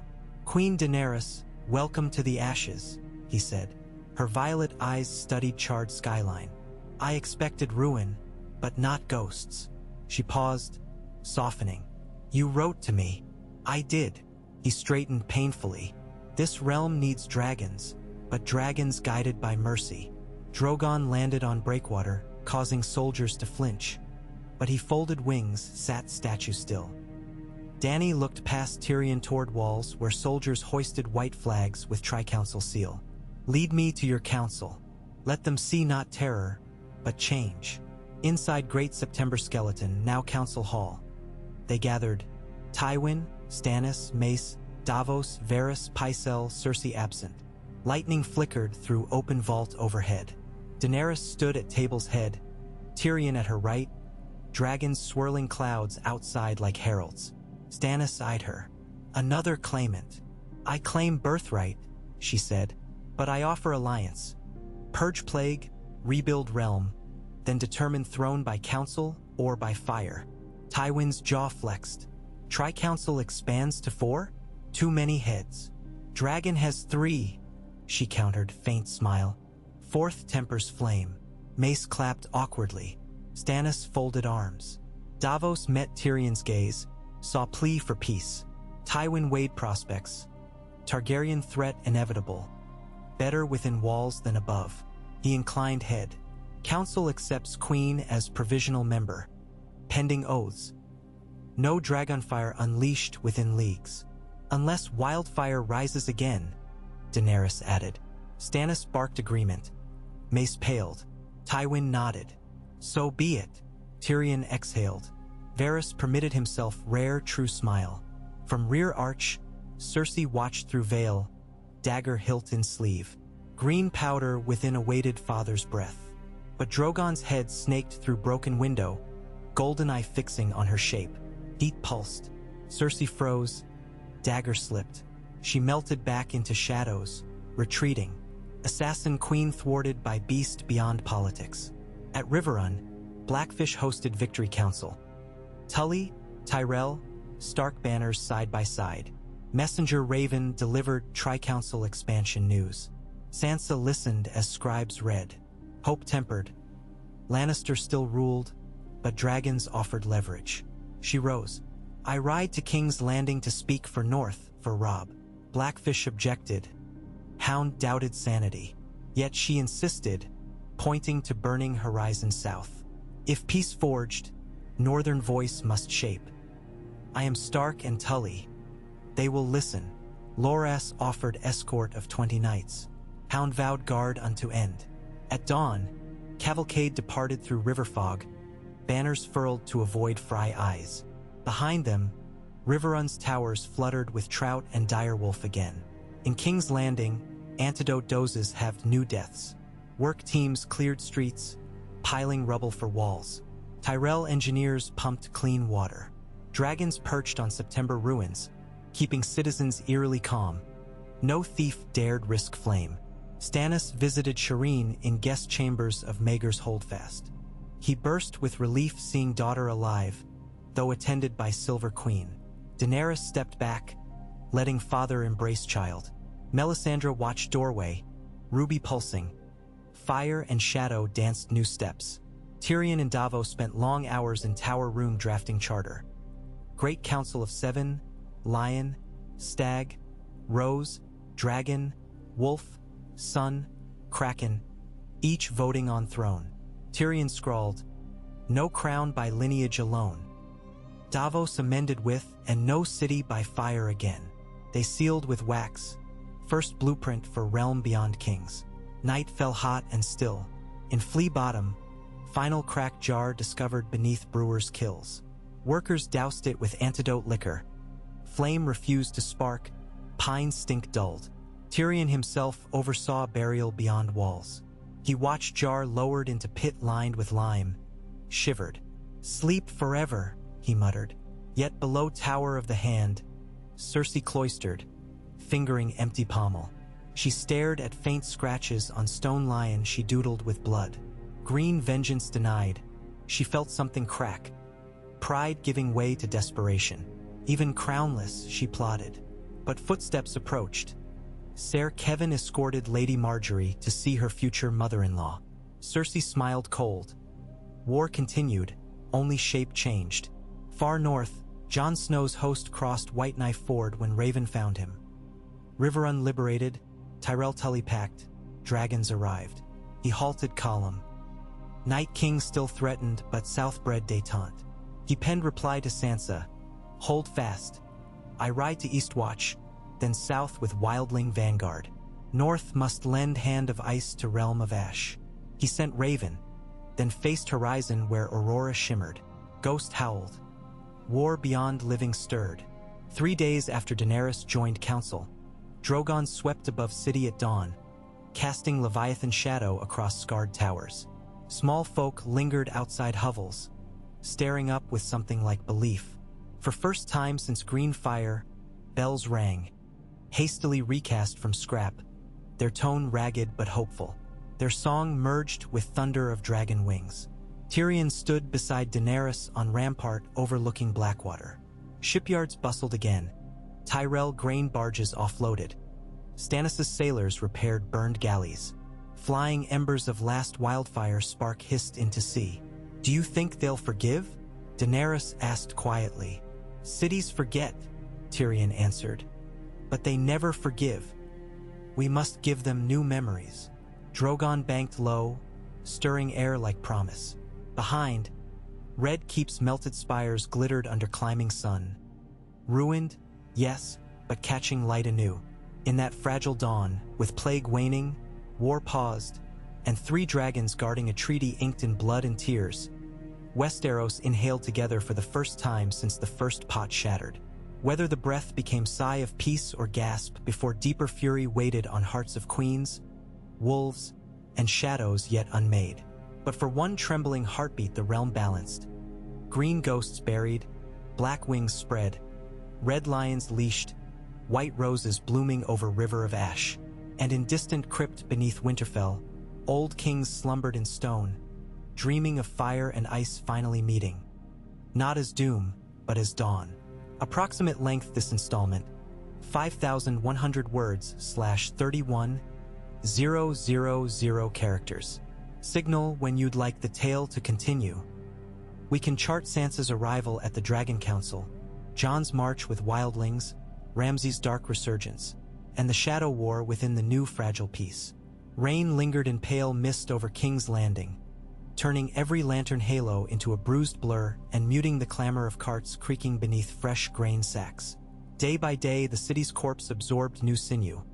Scaffolds rose against shattered towers, sewer vents exhaled clean steam instead of poisoned vapor, and the recast bells of the Great September, hanging now from a wooden frame where the dome had collapsed, told each morning in ragged reassurance. Yet beneath the fragile rhythm of rebuilding, tension coiled like a drawn bowstring. 3 armies and a trio of dragons shared the same scorched acreage. Envy, faith, and vengeance simmered hotter than any forge. Tywin Lannister rode the perimeter of the Red Keep's lower wards just after dawn, accompanied by Ser Kevan and a company of dented lion guards wearing fresh white sashes to mark neutrality. Work gangs of reach masons, green roses sewn to muddy sleeves, hammered wedge stones into the fissured curtain wall. At each gang Tywin paused, posed a question about mortar ratios, and moved on before the answer finished, leaving foremen sweating cold despite the mugginess. Behind him, scribes recorded shortages, iron cramps, sound timber, horse fodder, and, worst of all, patience. When the inspection ended, Tywin dismounted at the Tower of the Hand, escort dismissed. Inside, puddles glittered on mosaic floors where rain still leaked through roof gaps, but fresh tapestries, Tyrell handiwork, masked fire-scorched walls.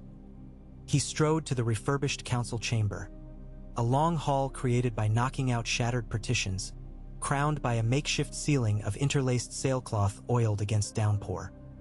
For thrones awaited at the table's head: lion, stag, rose, and dragon. Stannis Baratheon occupied his seat already, hunched over a ledger. Davos Seaworth stood beside him, pointing to figures.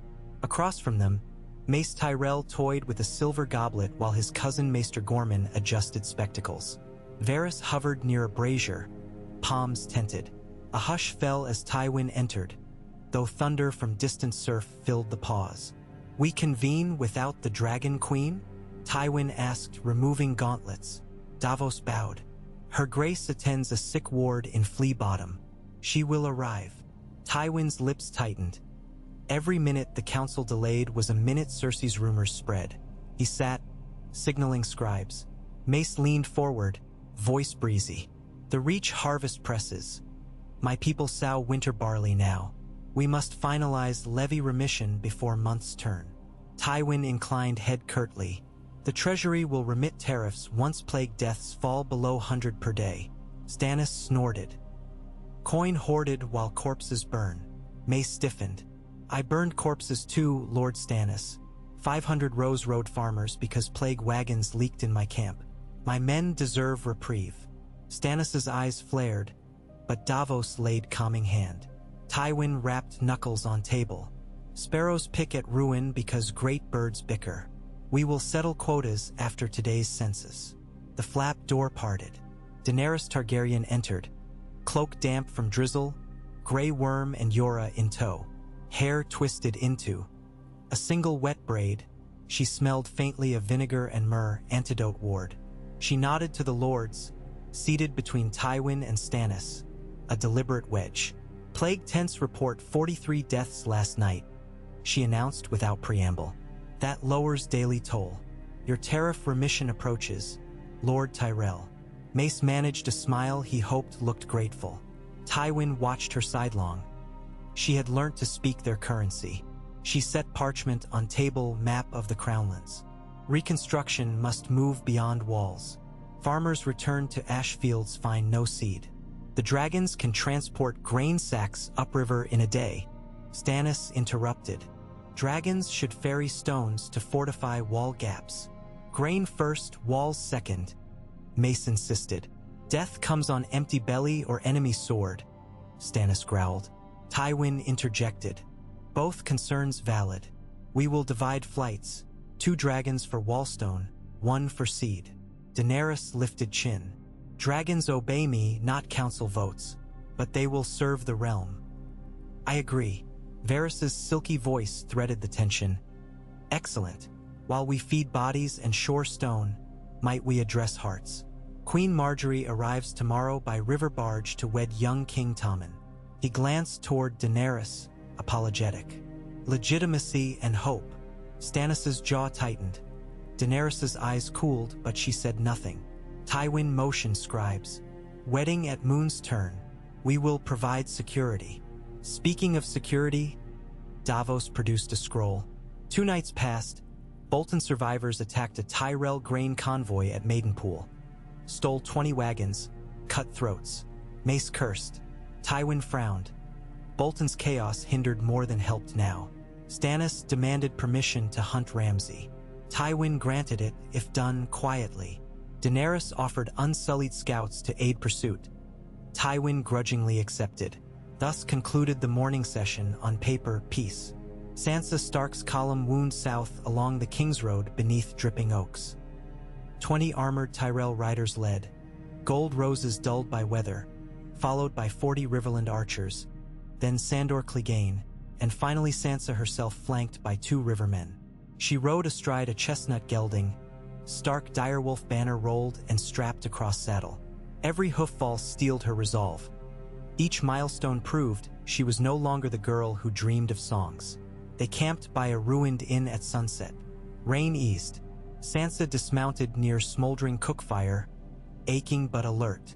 The hound set watch along Treeline. As she spooned barley into tin bowl, Loras Tyrell approached, helm tucked beneath arm. Ravens from the city reached you? He asked. None since Riverrun, she replied. He crouched, feeding flame. Tommen's wedding announced. Your presence could temper Cersei's fury. He hesitated. My sister's safety may hinge on Stark goodwill. Sansa studied Loras's earnest face. We share enemies, Ser Loras. Cersei will not spare me either. She touched dagger at belt. Gift from Blackfish. But the realm needs healing. I'll speak for North if they let me. The night wore on quiet, yet wolves howled in distant hills. A low, mournful chorus. That same night, in the dungeons beneath Tower of the Hand, Cersei plotted by candle stub. Ser Boros had provided smuggled keys. Fear of Lioness outranked loyalty to Dornish jailers. At second bell of night, Boros unlocked her door. She shed house robe for boiled leather jerkin dyed black, dagger concealed. Together they crept through servant shafts until they reached armory antechamber sealed since the fire. Cersei rummaged shelves until she found what she sought. Twin crystal jars glazed with alchemist's sigil, mis-catalogued after initial inventory. Wildfire, but in viscous gel form. Less volatile, easier to smear on cloth or blade. Her heart hammered. Triumph tasted metal in her mouth. Footfalls approached. She extinguished candle, silent. A Dornish guardsman entered to relieve post, lantern swiveling. Boros moved to distract, but Cersei was quicker. She threw the lantern, glass-shattering green oil across guard's cuirass. Impact cracked vial she still held. Gel ignited on contact with air. A gout of lime-bright flame lunged. The guard screamed once before sound melted with flesh. Boros recoiled, horror wide-eyed. Smoke funneled up vent. Across castle yards, garrison bells rang. Fire yet again. Cersei snarled at Boros. To Tommen, butchery of one guard had sounded alarm sooner than planned. Still, chaos served.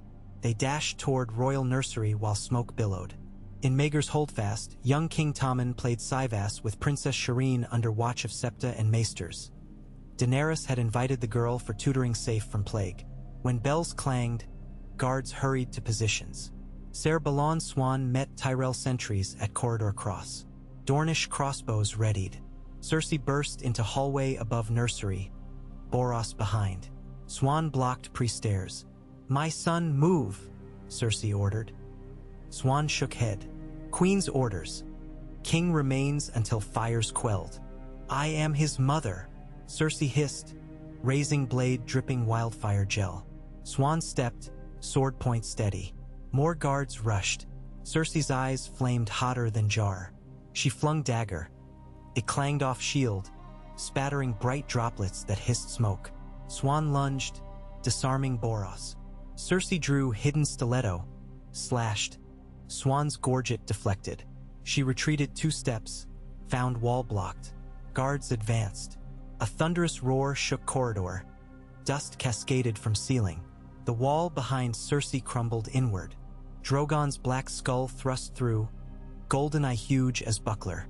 Heat blasted, though no fire exhaled. Guards froze. Cersei stumbled, gaze locking with slit pupil. In that molten iris she saw death, and memory of father's gaze telling how far she had fallen. She collapsed to knees, blade slipping. Swan seized her arms, wrenched daggers free. Wildfire crust burned on floor but did not spread. Mason's lime in mortar neutralized gel. Tywin arrived moments later, cloak whipping. He surveyed scene, eyes chilling. "Confine her," he said. "Under dragon guard, if need." Cersei spat at his boots. He did not flinch. Drogon withdrew head through wall, leaving yawning breach. Guards dragged Cersei down, sleet tears mingling with smoke grit. Tywin called for masons to reinforce. He would not risk dragon stabling within keep again. But rumor of Queen's madness sprinted city faster than any bird. At Dawn Council, Tywin declared Cersei's formal dequeening for attempted regicide and arson. Stannis agreed. Mace nodded solicitously. Daenerys listened but withheld comment, studying Tywin's stoic anguish. Father condemning daughter. Her own memories of father's whispered counterpoint. Tyrion sat small at table's foot, twisted in shame and relief. He had feared this moment for years. Still it stung. Debate turned to trial, before whom? Tywin preferred internal tribunal. Stannis insisted Great Council of Harvest's End. Varys proposed exile to Silent Sisters. Daenerys broke stalemate. King's Landing cannot heal while more blood spills within. Send Cersei to Dragonstone. She will stand trial after realms secured. Tywin's jaw flexed. A lion exiled to Dragon Isle. Yet he nodded, pragmatism over pride. So resolved. Cersei left that evening chained in heavy wagon, flanked by Unsullied, headed for Dragonstone. Her veil dripped, but she shed no tear. Inside fist she cradled chipped lion cameo. Last relic of Jaime she'd ripped from hidden box. She whispered his name until city vanished behind hills. Beyond the neck, Jon Snow reached Eastwatch by the sea with 400 wildlings and 200 Northmen mounted archers. Frost-laced ramparts even in midsummer. White mist spilled from fissures where ice spiders whispered. Tormund greeted with bear hug. "Dead grow restless," he warned. "Night King rides again. Ice storms gather to east." Jon convened council in wind-blown hall. He intended to march south soon, but skeleton scares near Hardhome demanded answer first. He dispatched rangers with dragonglass spears, leaving castle garrison bolstered by umbers. Ghost-circled ramparts, nose to air. Night after departure, Aurora sparked unnatural rose hues across sky. Wildlings muttered, southern fires meeting northern frost. Jon pushed on, heart heavy with twin fronts. Sansa's company sighted King's Landing before noon. Still melting spires, dragons wheeling, fields of half-burnt tents staked like teeth. Gate wardens raised tri-council colors. Tyrell riders presented safe conduct. Inside, Sansa gagged at smell, stewed manure, vinegar, smoke memory. She rode upright, cloak hood down, copper hair glinting. Crowds gathered, whispering, "Stark girl." Wolf returns. Some spat, blaming North for war. Others wept hope. Hound glared them quiet. They reached Tower of the Hand courtyard where Tyrion awaited. He bowed deep. "Sansa, Lady Stark." His scarred face softened. "Welcome back to life." She dismounted stiffly, refused help. "Thank you, Lord Tyrion." He gestured inside. "The council expected you tomorrow, but it stirs storm." He guided through corridors alive with hammer song. In council chamber, Tywin, Daenerys, Stannis, Mace turned as she entered. Sandor remained by door, arms crossed. Sansa inclined head, greeted each. Stannis recognized steel in her eyes. Daenerys saw sister in trauma. Tywin offered seat. Sansa placed both hands on table's charred surface. "I come representing the North and Riverlands until my brother, King Robb, can attend." Tywin opened mouth. "Stark boy king, still treason." But Daenerys raised palm. "All voices needed." Tywin closed mouth. Sansa continued. "We recaptured Riverrun. Bolton's broken. Ramsay fled. River lords starve. They need seed and tools." Mace promised carts. Tywin authorized Smith coin. Stannis approved dispatch of barley ledger. Daenerys pledged regal flights. Varys watched, thinking. A girl once hostage, now diplomat. Wolves encircle lions with courtesy. Later, Tyrion guided Sansa to terrace overlooking city. Dragons perched on broken dome like gargoyles. He apologized for past, for wedding, for Wildfire. She accepted quietly. "Our story's ashes," she said. "Write better ones." Below, the Hound slipped through market for ale. He found none but warm small clothes. Vendor recognized burn scar, pressed gratis flask of cider. Survivor paying debt to man who saved her child during fires. Clegane accepted with gruff nod. World rarely gave gifts. Far across narrow sea, in Bravos, news reached Arya of Queen's exile and Wolfgirl's rise. She'd delivered plague child to maesters and now disguised as deckhand on trading cog bound for White Harbor. Hearing of Ramsay's flight, she smiled. Names still on list, moving north again. She sharpened needle, wind humming with destiny. At Dragonstone, Cersei's prison cell overlooked moaning sea. Shireen sometimes visited, offering book of songs. Cersei accepted silent, mind-churning. She watched dragons roost each dusk.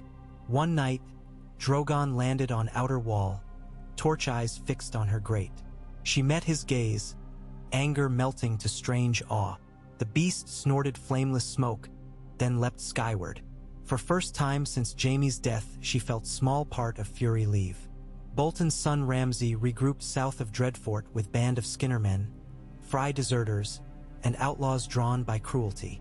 He planned to kidnap Sansa again, wolf trophy. He captured small hamlet, butchered to coax fear. Northman patrols soon clashed in Snowy Pass. Ramsay vanished into woods, leaving flayed corpses. Jon's scouts tracked, but winter storms hampered. Ramsay like wildfire ember, tiny yet deadly. Plague finally dropped below 50 a day. Tywin declared terra for mission. Mace cheered. Builders dug new foundations. Tyrell rose seedlings planted in palace yard. Daenerys visited orphan kitchens, giving dragon-warmed soup. Small folk began calling her Bright Mother, though some hissed Fire Witch.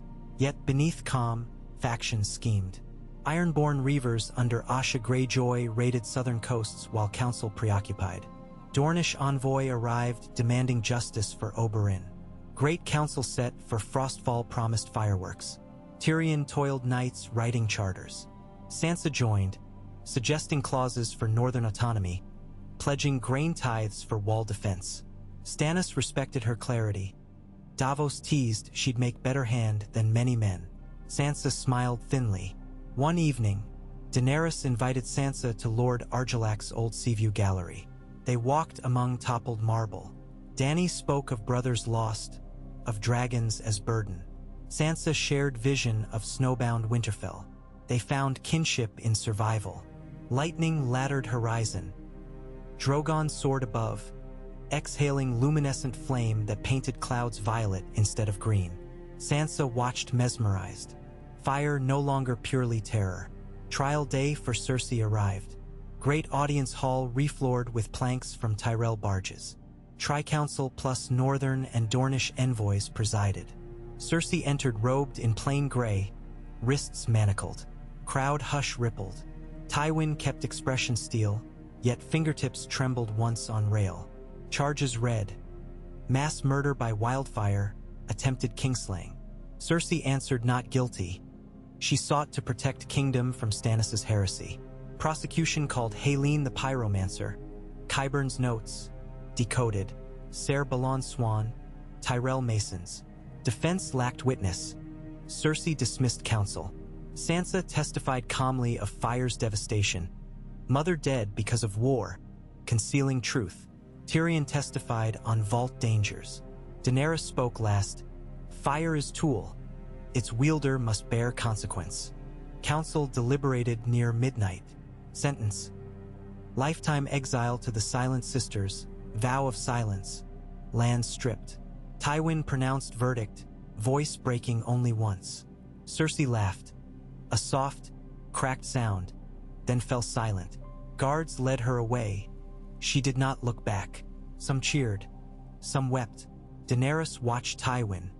The old lion seemed deflated. That night, Tyrion climbed high parapet where Tywin stood alone. Father and son regarded lights across bay. Did you love her? Tyrion asked. Tywin's reply floated brittle in wind. Love is a child's folly. I forged her sharp. She cut us all. He turned, descending. Tyrion remained, pondering. With one lion bound, next phase unfolded. Great council assembled in mid-autumn inside rebuilt dragon pit. Thousands of nobles crammed on tiered seats. Banners of 7 great houses draped pillars. Candidates: Stannis Baratheon, Bloodline; Daenerys Targaryen, Dragon; Robb Stark represented by Sansa for Northern sovereignty; Marjorie advocating Tommen as constitutional child king; Asha Greyjoy pressed claim of Salt throne independence; Doran Martell envoy argued for southern autonomy. Debates lasted weeks. Speeches of lineage, mercy, dragons, dead kings. Meanwhile, Jon Snow marched south past Moat Cailin with wildling spearwives and Night's Watch rangers. News of council reached. He considered joining to warn of Night King, but White Harbor locked dew plague fear. He diverted to King's Landing along coastline, hoping to arrive before first frost. Dragons might help fight ice. At Blackwater Bridge, Sansa greeted Jon's outriders. They embraced, wolves reunited before council. Jon told of undead stirring. Tyrion convinced council to hear him. Jon testified second moon of frost at Dragon Pit Dais, voice echoing. He spoke of Hardhome, ice spiders, giants. Some lords scoffed, others shivered. Daenerys believed visions of shadow in fire matched his tale. Stannis supported. He'd seen undead at Castle Black. Tywin listened, calculating. The debate pivoted. Who best leads realm against winter? Stannis preached discipline. Daenerys offered dragons. Robb via Sansa pledged armies hardened by snow. But new calamity crashed talk. Wildfire jar hidden in Dornish envoy wagon ignited during heated argument, killing 24 minor lords. Investigation revealed Frey saboteur disguised as servant, hoping to reignite chaos. Jar traced to caches Ramsay plundered. Frey banners shamed. Walder summoned but claimed ignorance. Council outraged. Tywin saw chance to clip Frey autonomy. He revoked twins' titles, awarding to Blackfish until inquiry finished. House Frey seethed. Yet Wildfire fear returned, overshadowing vote. Tyrion proposed final solution. Dragons melt and fuse all remaining jars into harmless glass lumps. Daenerys agreed. Drogon, Regal, Viserion hauled seized caches to former slag pits beyond city and bathed them in white-hot breath. Sky glowed. Spectators cheered as Green Menace died under black wings. On the night of full moon, Great Council convened for verdict. Flames of thousands of torches lit Broken Dome. Maester Gorman announced results. In narrow vote, Realm chose dual monarchy. Queen Daenerys Targaryen and King Robb Stark to marry, uniting fire and ice. Gasps erupted. Sansa stepped forward, explaining Raven from Robb consenting for good of realm. Daenerys inclined head, accepting duty though heart heavy. Stannis protested but yielded under promise of Stormland's governance and recognition. Mace satisfied with daughter Queen Regent for Tommen in reach. Tywin accepted publicly, plotting privately. Jon watched, conflicted. Robb wed stranger, dragons bound to politics. But looming winter forced compromise. Weeks passed. Reconstruction surged. Daenerys visited Forge where melted wildfire slag cooled. She dotted lumps across Future Plaza as memorial. Sansa oversaw orphanages. Tyrion wrote new code uniting provinces.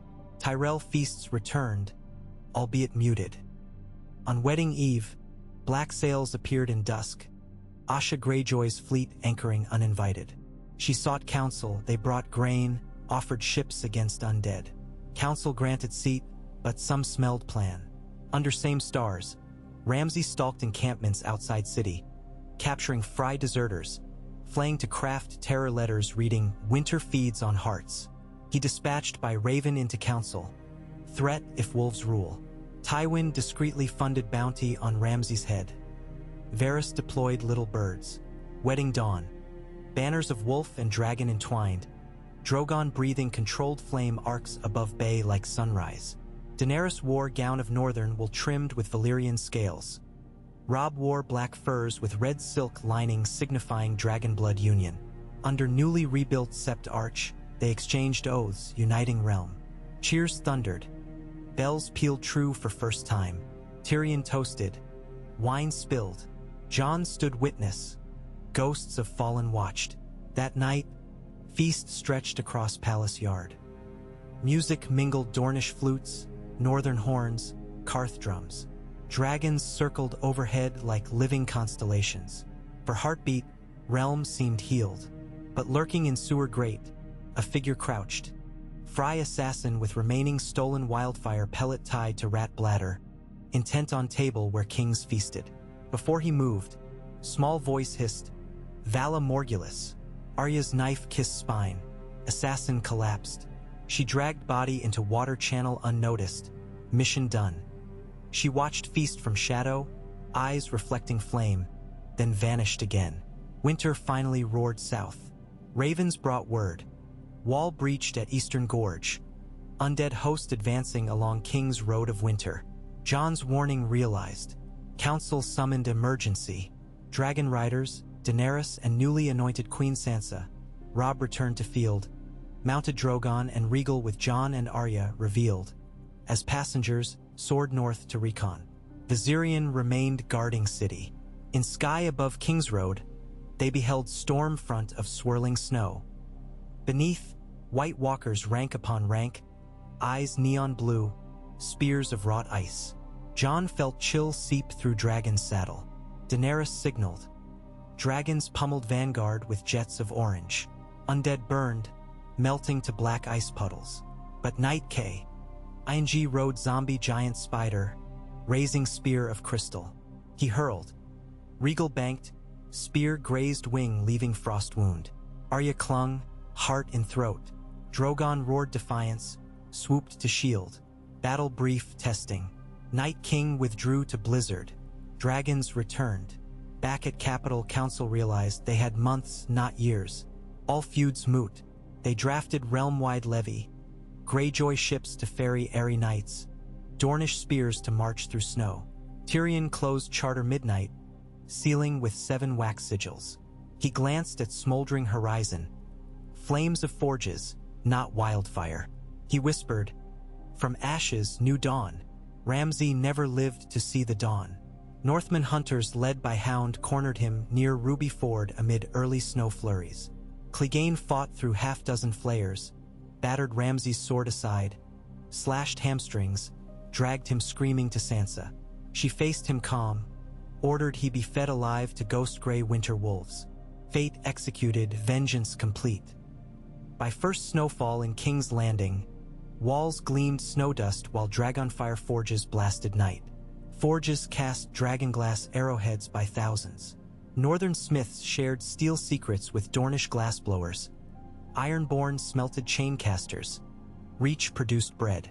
Queen Daenerys and King Robb directed armies at Field of Ashes, former Wildflower Plain, now Drill Yard. Jon marshaled wildlings into flank scouts. Stannis built logstaves along Rose Road. Davos commanded supply trains. Tyrion and Sansa met nightly, mapping strategy. They shared vintage arbor gold. Last bottles survived. Sansa confessed fear of dragons. Tyrion confessed fear of living through more fire. They laughed quietly. The Night King marched under veil of endless snow. But a realm burned and rebuilt, bound by fire and ice, awaited his arrival.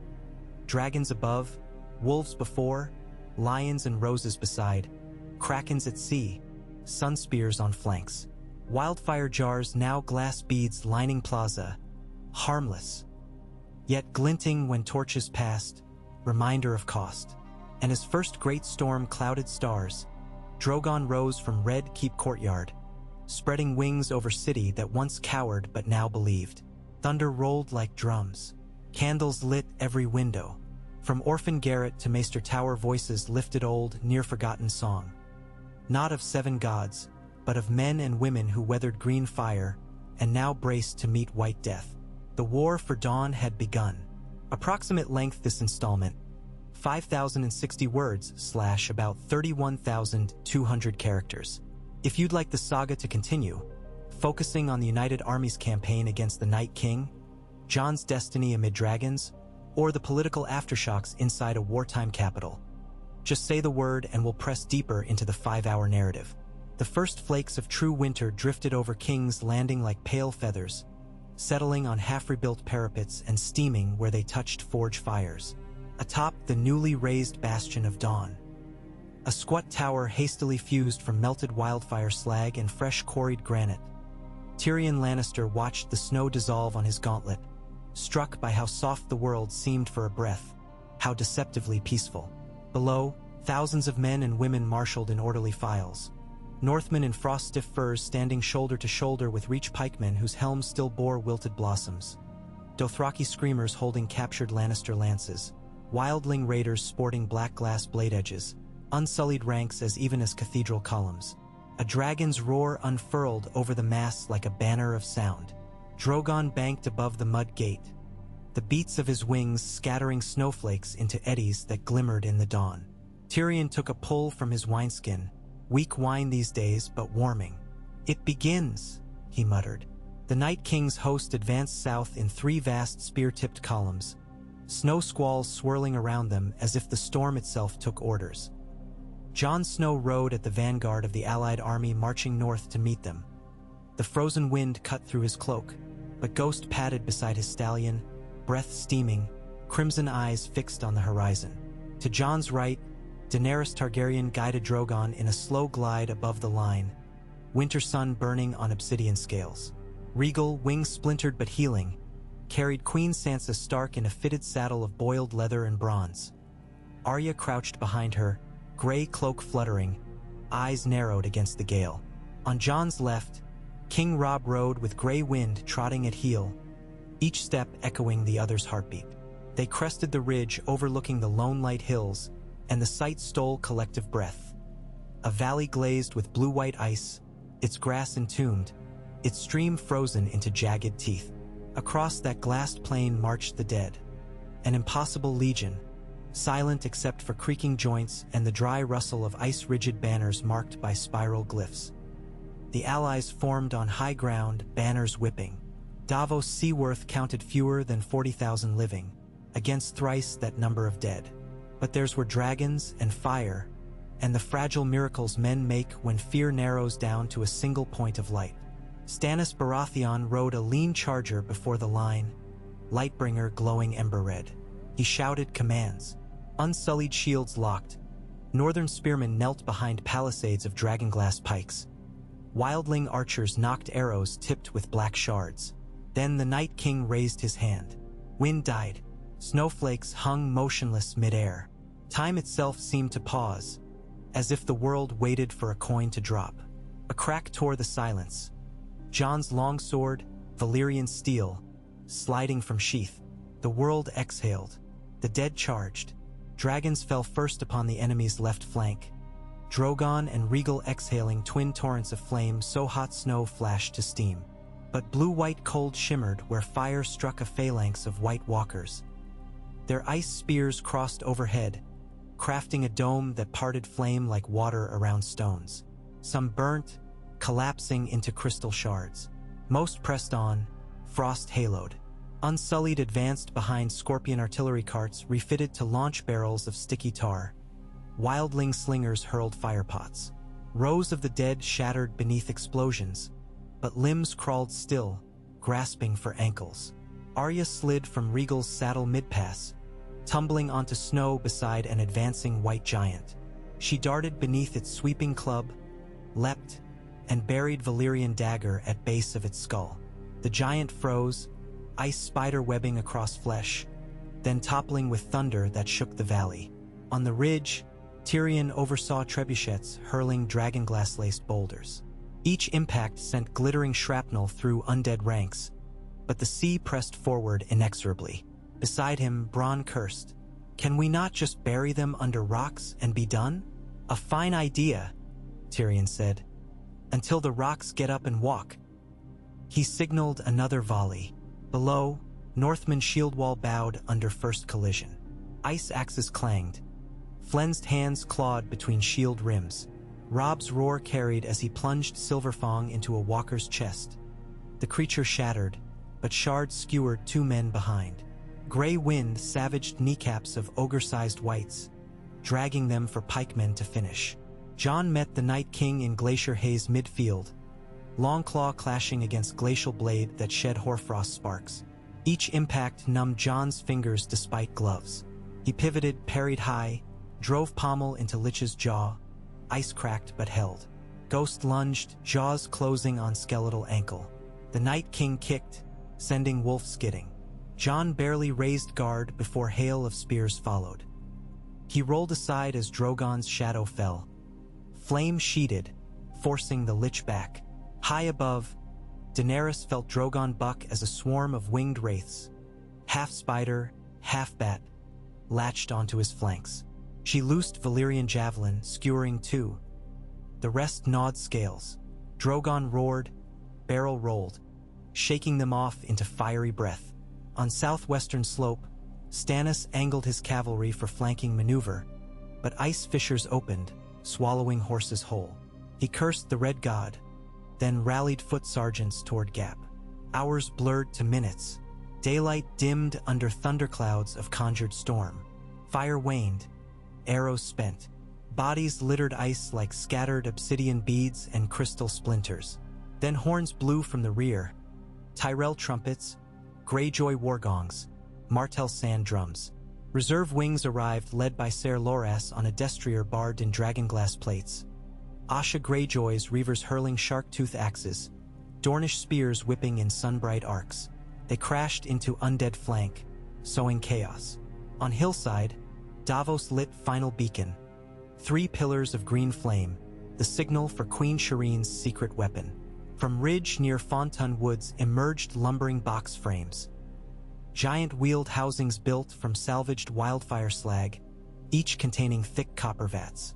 Inside, alchemists ignited concoctions of dragonfire and stabilized wildfire.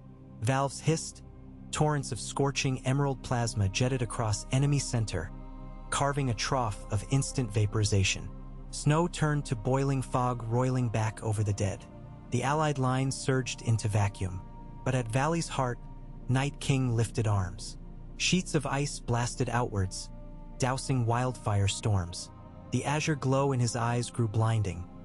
Broken dead limbs jerked, reassembling into new forms. Ice golems 3 stories tall. They thundered toward trebuchets. Tyrion watched one colossal foot smash a scorpion, hurling crew like dolls. "God save us," he breathed, then snatched torch, setting alchemist fuse to back up barrels. Bronn heaved wheel, turning catapult arm as golem raised fist. Tyrion blasted rope. Barrel arced, struck creature's chest, detonated. golem exploded into sleet shards lacerating the hillside. Tyrion flew backward, thudded against parapet, ears ringing. Twilight bled red across Snow's Cape when battle tide turned.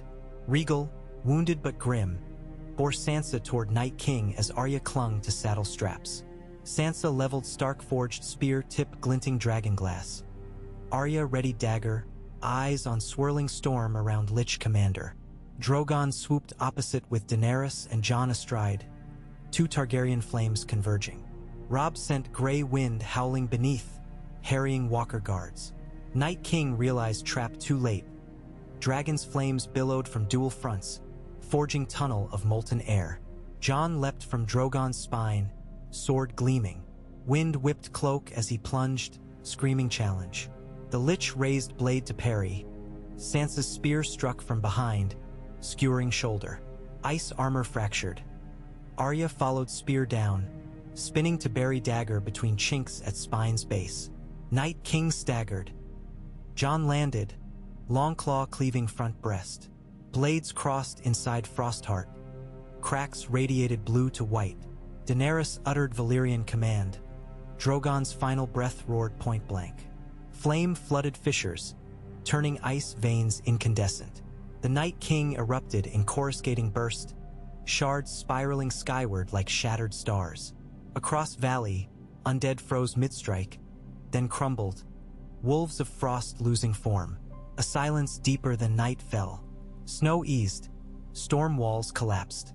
The dead lay dead. Cheers rose ragged, disbelieving.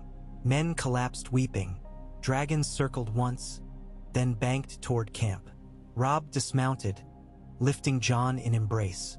Sansa joined, Arya wiping blood from chin, eyes still burning. Stannis raised Lightbringer to dusk sky. Victory, he proclaimed. Nearby, Davos sagged to knees, murmuring prayer for sons lost. Tyrion limped through wreckage, bruised, singed, found Daenerys atop Drogon, hair singed at ends. He bowed. Your Grace, seems we won the morning only to inherit the night of rebuilding. Daenerys gave weary smile. We will rebuild together. He looked at Valley, now cemetery of ice and flame. Yes, and this time, no green ghosts. Snowmelt fed creeks by dawn. Allied forces gathered to tally fallen, tend wounded. Wildling women sang dirges. Unsullied stood silent line for dead brothers. Reach minstrels plucked somber chords. Northmen built pyres of weirwood branches. Dragons lent sparks of fire. Jon encountered Bran Stark hauled south on sled by Tully scouts. Visions told him moment of ending. He spoke to Jon alone beneath heart tree transplanted from Winterfell courtyard, now taking root in southern soil. Night King gone, but echoes persist, Bran whispered. He was memory of winter. Memory does not die, only sleeps. Keep watch. Jon nodded solemnly. Weeks bled into months. Winter remained but gentler, snows not razored by malice. King's Landing finished walls. Riverrun harvested winter barley seeded by dragon carriage. Ironborn ferried lumber south. Dornish caravans brought citrus to starving camps. Bolton remnants surrendered or vanished into haunted forests. Great Council reconvened, this time under banners of Dawn Alliance. Stannis argued for codified realm defense. One army under joint command, annual dragon's flight along wall. Tywell of Tyrell championed irrigation of crownlands with reach expertise. Davos sought fleet tags identifying plague-free holds. Varys proposed network of maesters sworn to healing not politics. Daenerys and Robb reswore marriage vows, this time before mixed priests of Lawler, 7 old gods, and even drowned gods symbolic mosaic. The ceremony held in newly christened Plaza of Phoenixes, paved with wildfire slag glass, sculptures of wolves and dragons interlocked. Snow drifted. Drogon perched upon iron thrones cleaned dais, now fused with dragonglass blades, symbol that throne itself learned. Crowds cheered. Sansa became hand to the wolf dragon throne, ink-stained yet resolute. She drafted charters granting North high autonomy within United Realms, yet pledging forces if winter returns. Tyrion retained title of Hand Emeritus, mentoring new council of mixed houses. Cersei, on Dragonstone, kept vow of silence among sisters. Shireen visited, reading tales aloud. Sometimes faint smile touched Cersei's lips. In quiet nights, she dreamt of children laughing among lavender fields free of iron thrones, and sometimes awoke with tears saltier than sea spray. Arya sailed west beyond Sunset Sea aboard rebuilt Nymeria. Eyes on horizon none had charted. Names crossed, list empty at last. She chased dawn itself. Stannis governed Stormlands with stern mercy. Davos oversaw dock rebuild at Blackwater, teaching orphan boys to not rigging not nooses. Asha Greyjoy captained Realm's patrol fleet, free to raid only pirates beyond 3-day sail. Dornish Prince Quentyn brokered spice trade for wildfire suppressant resin. Lesson in flame tempered by desert wisdom. Bran, settling beneath rebuilt Weirwood Grove near Harrenhal, guided ravens across skies, ensuring memory shared not hoarded. Ghost slept at his roots. And Tyrion, strolling repaved street of sisters one thaw-bright morning, paused beneath a repaired bell tower. Snowmelt dripped rhythmic as heartbeat. He looked up at bronze bell recast from scrap of swords and slag. Its clapper bore inscription he'd penned after long night of wine and regret. May the fires that forged us never burn again. He smiled. A small, tired, infinitely hopeful smile, and walked on as city bells rang.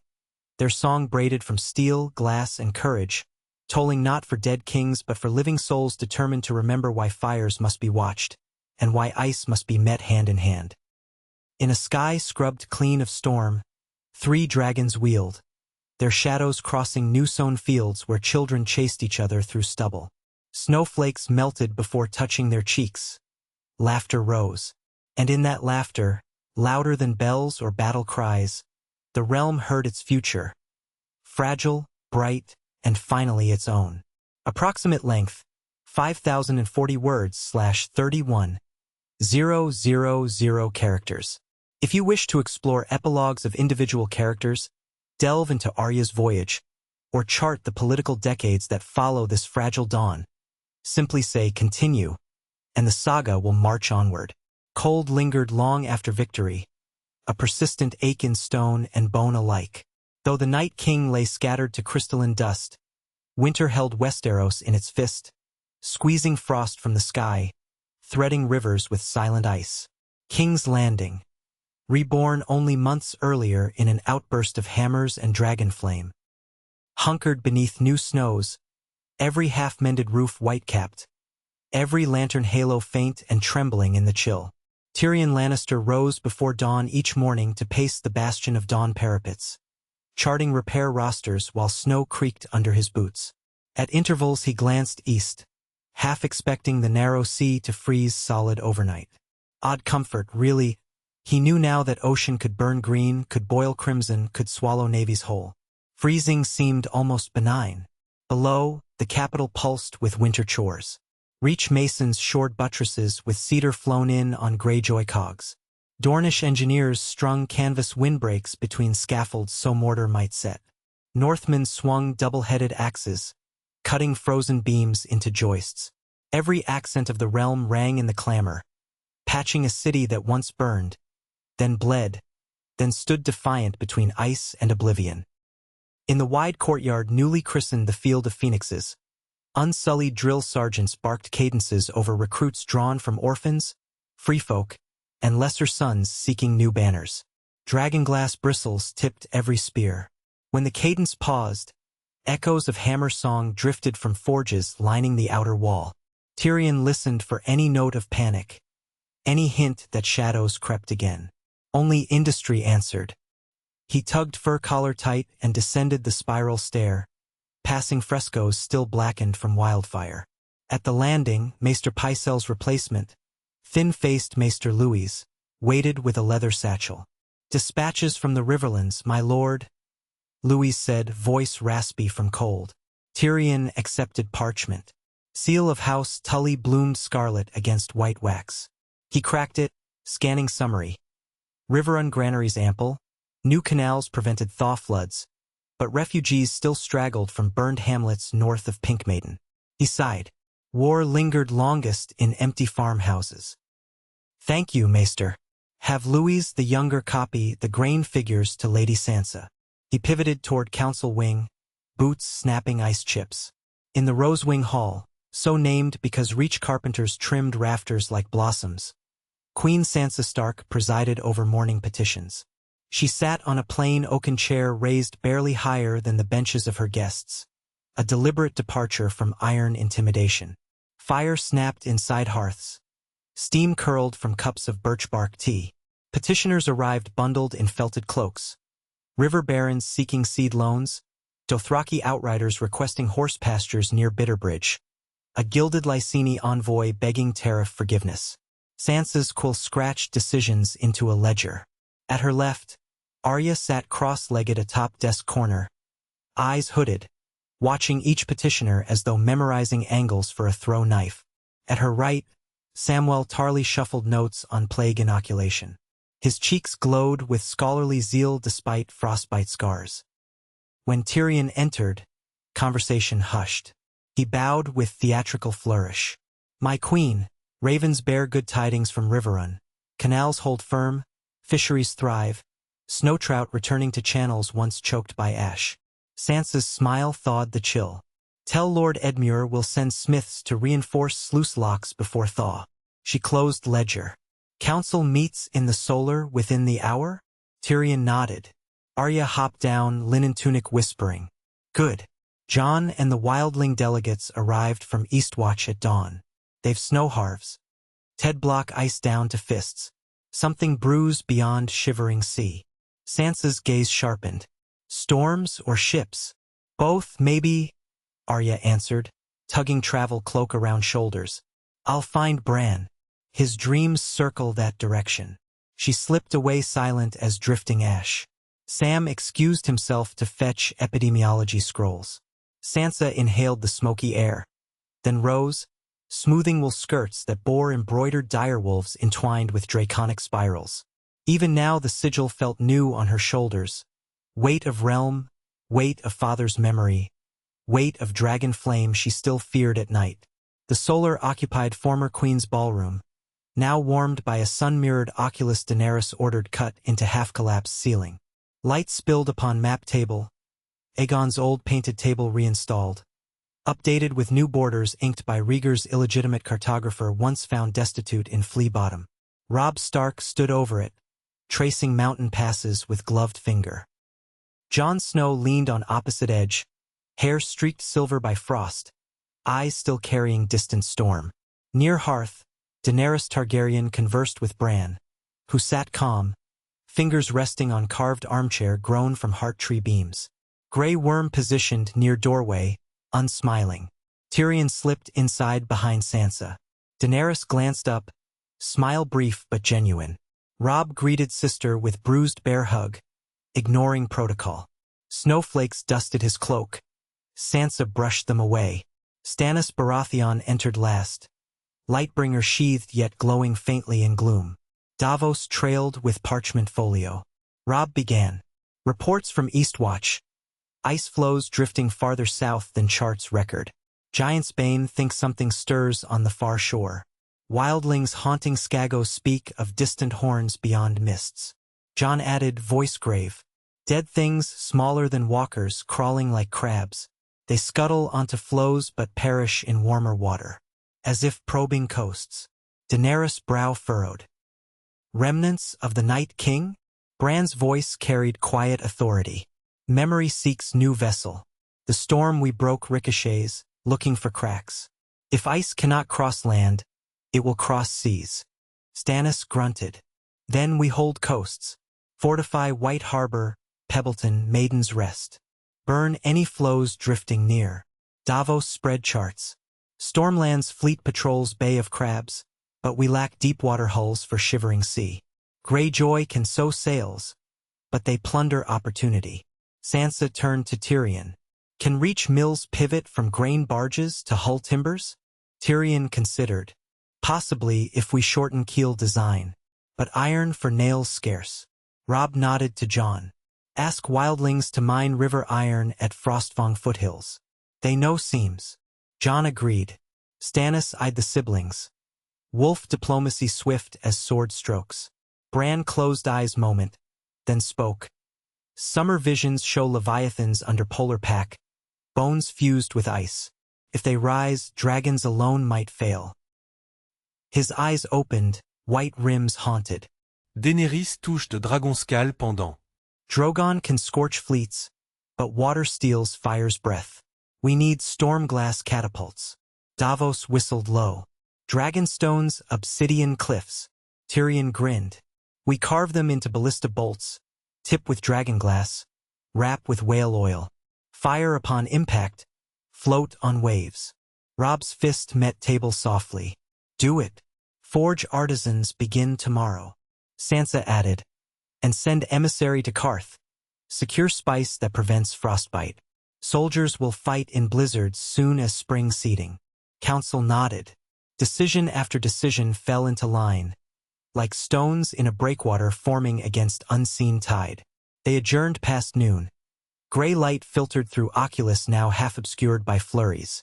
Elsewhere in Red Keep, Prince Tommen practiced sums under Maester Louis the Younger, while Princess Shireen traced Valyrian glyphs across parchment. Tommen stumbled on large columns.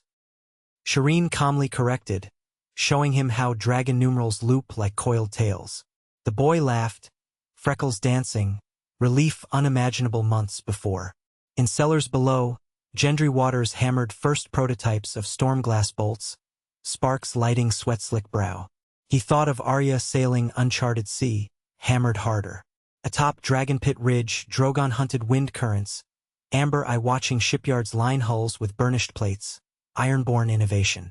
Regal perched near Rivermen Longbow Range, letting children gather shed scales for arrowheads. Viserion dozed by slag pits now frozen crust, smoke curling from nostrils like sleeping forge. Midwinter's eve arrived with aurora draping sky in silk ribbons. Violet, emerald, ghost blue.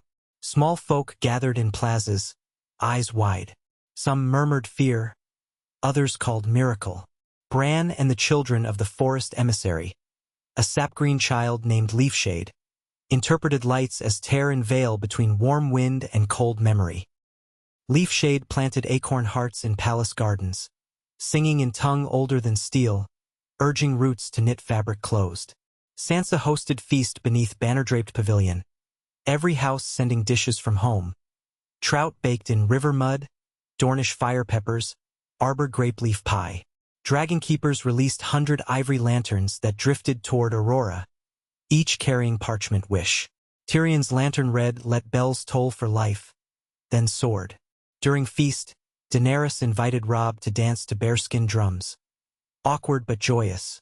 She wore white furs trimmed with scarlet thread, snowflakes melting in hair. Jon raised goblet to Sam. Gilly coaxed toddler named Craster, now adopted as warden of libraries, to chase Piglet through straw. Stannis permitted half-smile when Shireen presented carved stone stag recovered from Dragonstone dungeons, symbol of mercy. Yet tension lurked beneath merriment. Asha Greyjoy, reclined on barrel, eyed governors with ale-sharp grin.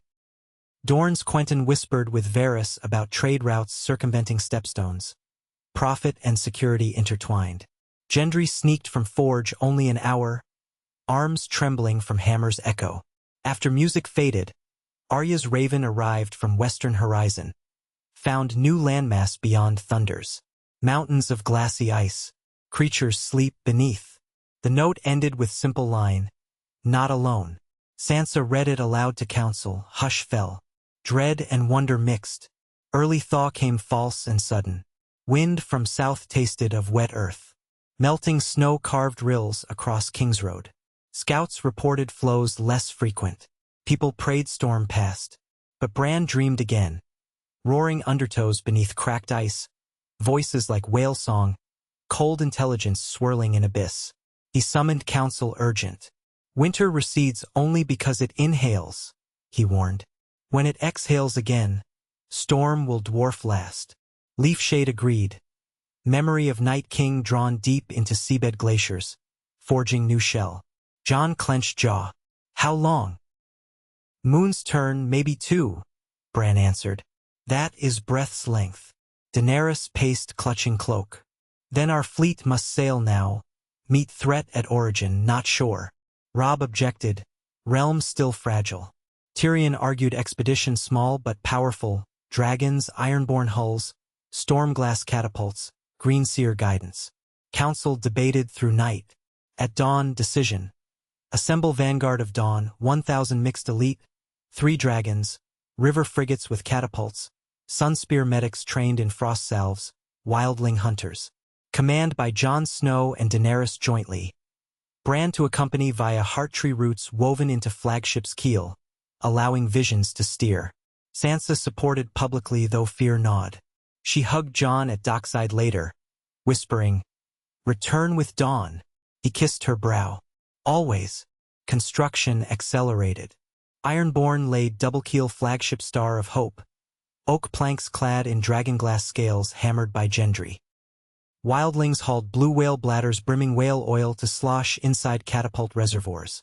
Maester Sam devised wick system that ignited only upon seawater contact. Ravens flew to every coast. Levy sailors, donate sails, send faith. Sparrows prayed along piers, arms snowflecked, chanting hymns that mixed old gods and seven. In palace cellar, Tywin, old lion, beard now white, met privately with Sansa. He placed ledger of debts on table. Va dreng koffers. Lannister minds near exhausted. Iron Bank leans heavy, he admitted. Sansa regarded him, surprised by candor. I propose joint mint, Tywin said. Dragonwolf coins backed by grain yields, not gold. Secure realms trust. Sansa recognized evolution of man once mocking debt. She extended hand. Done. A contract signed before necessity carved. Eve of departure, great crowd massed at Blackwater wharfs. Snowflakes drifted again, breath beginning to exhale. Daenerys mounted Drogon, armor blackened steel inlaid with pale direwolf filigree, gift from Robb. Jon climbed behind her, cloak white as new-fallen drift, longclaw secured. Regal bore Bran's wooden nest saddle surrounded by woven hearttree roots. Child of forest leafshade sat cross-legged beside, singing low. Viserion carried Gendry at turret vantage to supervise catapults mid-flight. Greyjoy fleet unfurled sails marked in new dawn symbol. Split circle half flame red, half snow silver, over dark sea. Crowd roared. Bells rang. Tyrion stood with Sam, watching hulls slip wake into chilled sea. Bigger than Blackwater, Sam whispered. Bigger than any? Tyrion said, tears unnoticed in wind. Voyage north swift at first, aided by southern wind. Dragons scouted icebergs, roasting rogue flows before hulls. Bran guided via visions, steering clear of whirlpools, leading into labyrinth of spires of black ice like cathedral pillars. Night sky glowed green ribbons again. Crew whispered. On seventh night, lookouts spied luminous fissure in horizon. Ice shelf riven open, blue lightning licking sky. From chasm rose shapes. Leviathans, bodies of frozen bone fused with coral and steel wrecks. Eyes glowed cerulean. They moved on many limbs, dragging chains of archaic ships frozen within bodies. Drums beat. Dragons roared. Catapults hurled stormglass meteor bolts. Upon impact, whale oil burst aflame.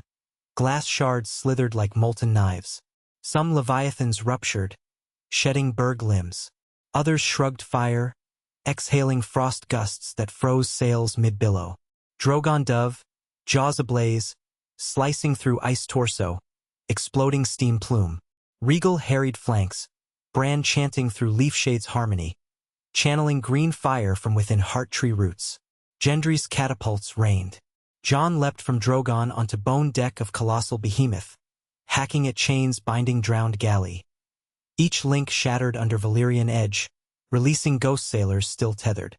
He called to them, "Rest!" At his shout, Bran wove memory of hearths and light. Spirits shivered, then dissolved, leaving Leviathan hollow.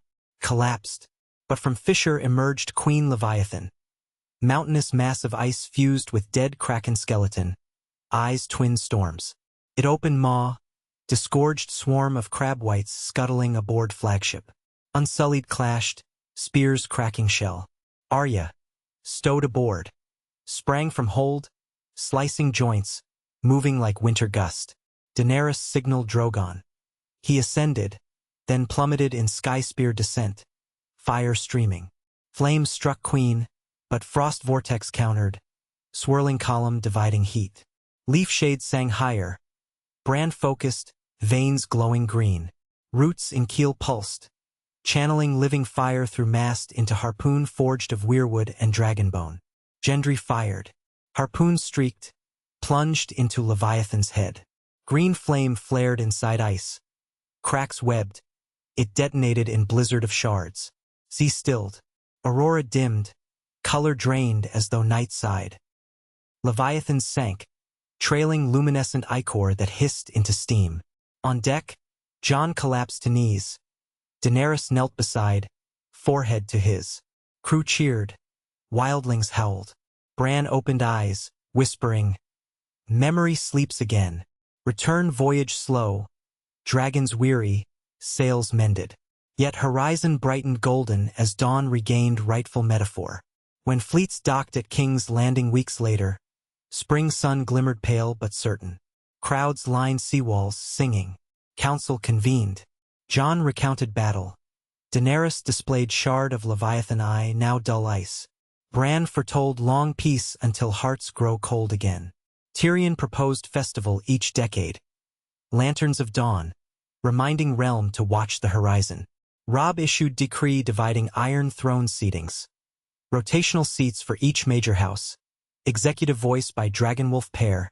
Decisions requiring 5 of 7 vote. Realm codified first constitutional monarchy.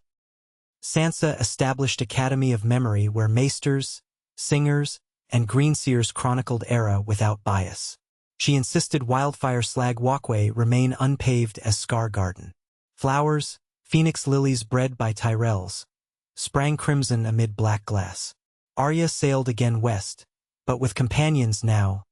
Dornish cartographer, Summer Island poet, Carthene merchant. They carried dragonglass compass engraved with wolf, dragon, and horizon glyphs. In Dragonstone Cloister, Cersei tended herb plots silently. One dawn Shireen found her humming, voice cracked but soft. First sound since vow. Shireen told no one, letting tune drift seaward. Greyjoy raiders patrolled but plundered no villages. Asha wore coral crown, teaching tideways to realm's cadets. Davos retired to cottage above shipyard, writing book from onion to starfire. A sailor's tale. Stannis lit storm's end beacon each equinox, signaling guardianship. Lightbringer now dim, but he smiled as grandchildren chased gulls along parapet.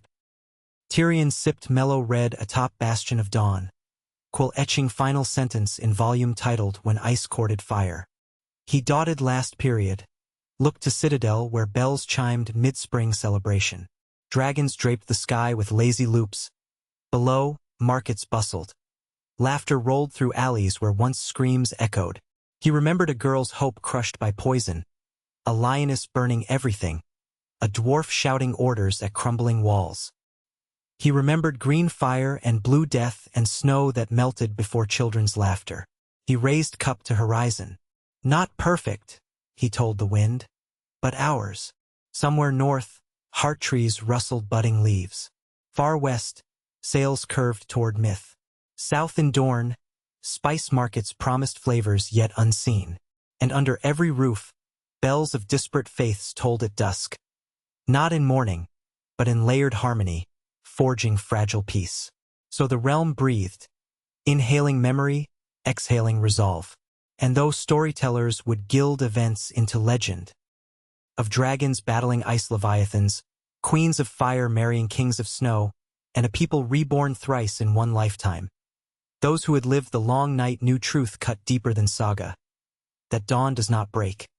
It grows, simmering across horizon, minute by minute, tended by hands that choose to keep watch rather than tremble.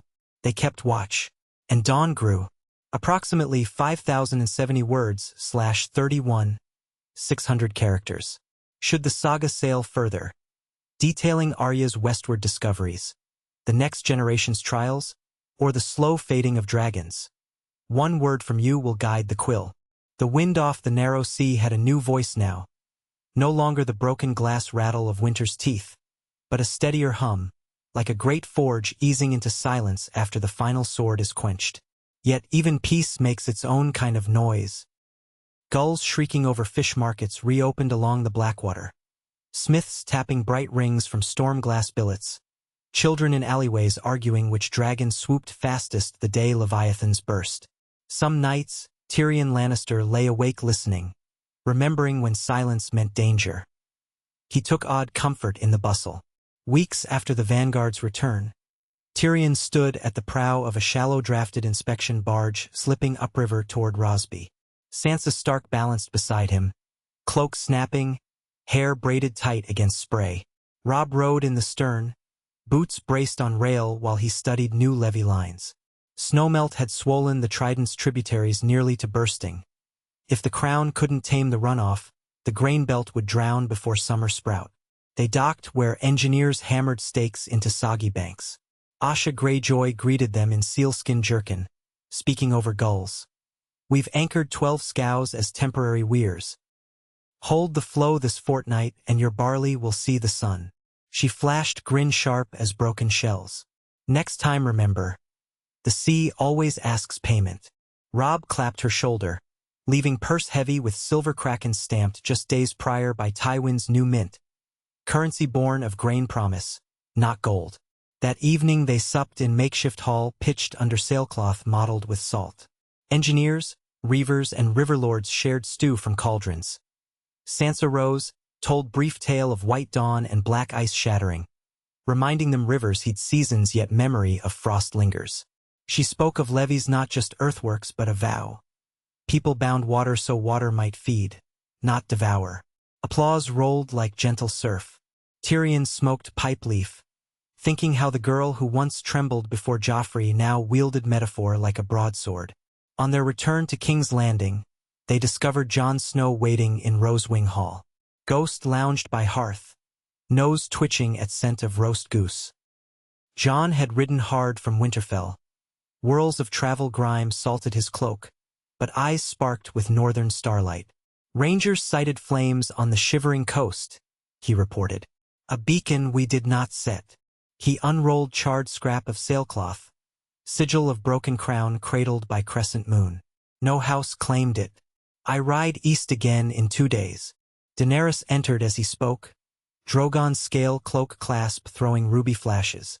She studied scrap, then Jon. "Take Regal," she offered. "Faster than any horse." Regal's wings still mended, but flight could manage. Jon bowed thanks. Tyrion frowned. "We just stitched the realm back together. Why must threads fray so soon?" "Because the realm lives," Daenerys answered. "Living cloth stretches." Over western horizon, far beyond charted waters, Arya's 3-masted vessel Whisper creaked through fog thick as unspun wool. Her crew, a patchwork of Summer Island navigators, Dornish alchemists, and Northmen seeking new timber, kept silent watches. The fog distorted sound, making whispers echo like distant horns. On the 12th dusk of no stars, a cliff face loomed from mist, carved with rune shapes older than first men. Columns of blue fire flickered in fissures. Arya stood at prow, needle sheathed, hand steady on bow rail. Her dream the night before showed children made of frosted glass beckoning with outstretched, empty palms. She told no one but pinned pork fat to mast, old Bravosi charm to feed the unknown. When Whisper dropped anchor in Inky Bay, no tide pulled. Water lay mirror still. As dinghies scraped alien shore, her crew heard faint chimes, though neither bell nor wind moved. They found caves lined with crystals emitting soft hum, at once mournful and expectant. In the largest cavern lay a skeleton of something serpent-like, bones grown transparent, as though absorbing sorrow from the rock. On ribcage surface, Arya saw glyph matching broken crown inside crescent. She traced it, chill creeping to wrist. That night she wrote Raven Note, sealed with fingerprint of cave ash, launching bird east with blessing, not alone. News of Jon's departure prompted Bran to withdraw to Godswood Tower overlooking Blackwater. He sat beneath transplanted heart tree sprouting pale buds despite chill. Leaf Shade perched opposite, weaving bark strips into twine as she chanted. Bran's eyes turned white. Ravens lifted from bough, swirling into gray sky. He flew wide, pitched them over rolling steppe, across narrowing sea, to fog bank where worded bones glowed faint. He saw Arya's ship lit by ghost torches.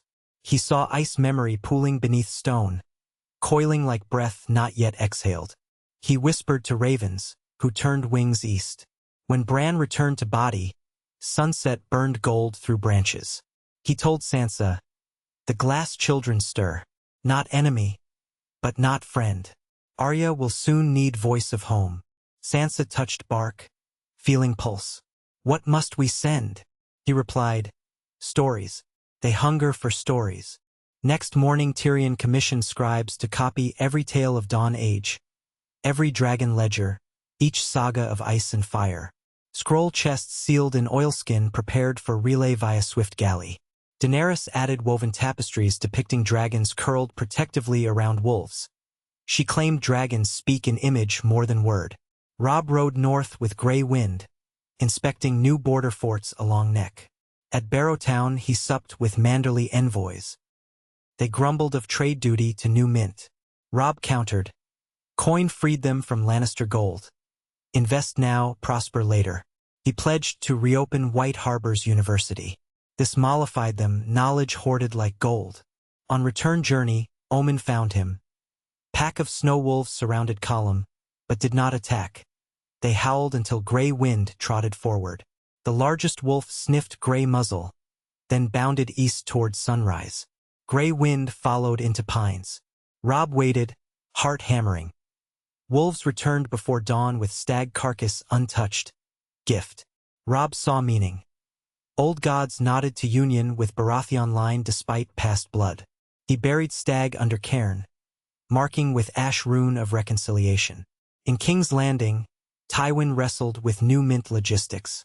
Gold mines shallow, silver veins deeper but remote. Dragons melting wildfire slag produced exotic alloy, Dawn steel, light, strong, lustrous pale rose. Mint hammered Dawn steel rings as high-denomination crown equivalent. Collectors in Pentos offered triple value already. Economy thrummed. Yet critics whispered Dawn steel minted without religious blessing might curse. High Septon, freshly elected after years of vacancy, petitioned blessing in star-shaped September still scaffolding. Tyrion brokered ceremony. Dragons hovered overhead, pouring controlled flame through stained glass, annealing Dawn steel altarpiece. High Septon declared metal sanctified by light of 7 colors. Rumors quelled, coins soared. Greyjoy fleet escorted scroll galley swallow east, but near Skagos a storm birthed from calm, snapping mainmast. Wildling fisherfolk guided crew to hidden cove where stone giants carved by ancient hands ringed lagoon. They helped re-rig mast with pine trunk felled by singing axes. In gratitude, scholar aboard gifted them scroll of wildling oral history now preserved. Fisher elders wept. They'd thought voices lost. Swallow sailed on, hugging uncharted isles littered with drift ice until they spied pillar of blue fire Arya had seen. They anchored near Whisper. Arya greeted them barefoot on black sand, crystal shards in hair, smile fierce. She guided them to cavern. Scribes unrolled scrolls. Crystals responded surface shimmering, reflecting runic ink. Glyph lines glowed, merging with crystal fractures, until walls thrummed story. Images of first promise between children and dawn serpents, pact broken when men forged with fire, sending serpents to sleep. Leafshade's kin interpreted. Crystals wanted memory to wake not serpent, but song. They fed scrolls into fissures. Crystal absorbed words, glowing warmer. Cave air softened snow-cold outside. Arya penned Raven. Children and stone dreamers trade stories. War fades within harmony. Bird launched at dawn, azure bands on wings. Jon reached Fog Shore before Raven arrived. Regal landed uneasy upon Basalt Ridge. Jon and scouting rangers followed flicker of blue flame inside tunnels. There he found Arya smoothing parchment across crystal dais. Stories bled into stone, radiating gentle heat. Brother and sister embraced. Cold seemed to recede. They spent nights trading memories with Crystal Echo. Jon told of great ranging aria of faces. Rangers sang bear songs. Crystal hummed along. Regal curled around Cliff, exhaling puffs that melted frost above entrance. Leafshade emerged, eyes bright. This place heals memory, she said. If men honor it, winter will forget rage. Jon carved prosthetic wolf statue, placed beside Crystal. Arya embedded needle shard lost during earlier battle. Crystal accepted metal, glowed violet. When Messenger Raven delivered scroll from Sansa stating alliance of coin and faith secured, Arya laughed. Even Tywin learns to pray. Jon smiled, hope surging. They left caretakers, mix of children, wildling shamans, and summer islanders, to guard Memory Cavern. Jon and Arya sailed home across Commerce Sea, Regal soaring sentinel overhead. While siblings crossed water, King's Landing prepared lanterns of dawn festival. Every household folded parchment sails shaped like direwolf dragon emblem, painting wishes. Tyrell gardeners coaxed phoenix lilies to bloom early using greenhouse mirrors. Petals glowed sunset red. Daenerys oversaw dragons weaving trails of harmless spark ash across dusk sky, ritual scattering of old fears. On festival eve, Bran led procession from Godswood to Slag Walkway. He pressed knotted heartvine sprig into molten glass patch still warm from summer sun. Symbol of memory planted in scar. Leafshade, returned from west, sang. High Septon sprinkled salted water. Dornish priestess offered sand. Ironborn druid poured drop of brine. Maester Sam bound elements with ribbon of parchment inscribed in High Valyrian. From tears, seed. From seed, voice. Lanterns lifted. Wind carried them over bay. Dragons guided currents. Tails flicking gentle eddies to keep flame steady. Tyrion watched from bastion, wine forgotten. He heard bells in distance, not alarm, just music. He whispered, "Let bells ring only for beginnings." Grey wind howled approval from parapet where Robb stood. Shireen leaning against Merlin, marveling at sky. Year turned. Spring proper unfurled pale green banners along Kingsroad. Fields near Rosby sprouted barley. Levees held. New Mint produced copper crowns with wheat stalk imprint alongside Dragonwolf. Trade caravans lined Gate of the Gods, bringing silks from Ashai freed from pirate blockade by Asha's fleet.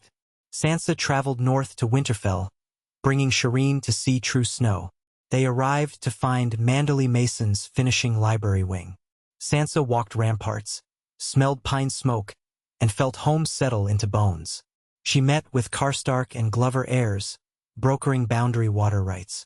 At night she wrote Robb, North steadies. Come summer, festival of wolf pups returning will welcome Southron children too. Robb replied, soon. Grey wind fathers a litter 6 pups. Names await nieces and nephews. Daenerys remains south, teaching dragon keepers to plant lunar herb fields. Dragons preferred spice scent to keep scale mites off. She wrote treatise on flight and flame, dedicated to mothers who feared daughters' dreams. Tyrion accepted role of Magister of Memory at Sansa's academy. He lectured on humor as survival, citing personal scars. Students gathered, taking notes with Dawn steel nibs.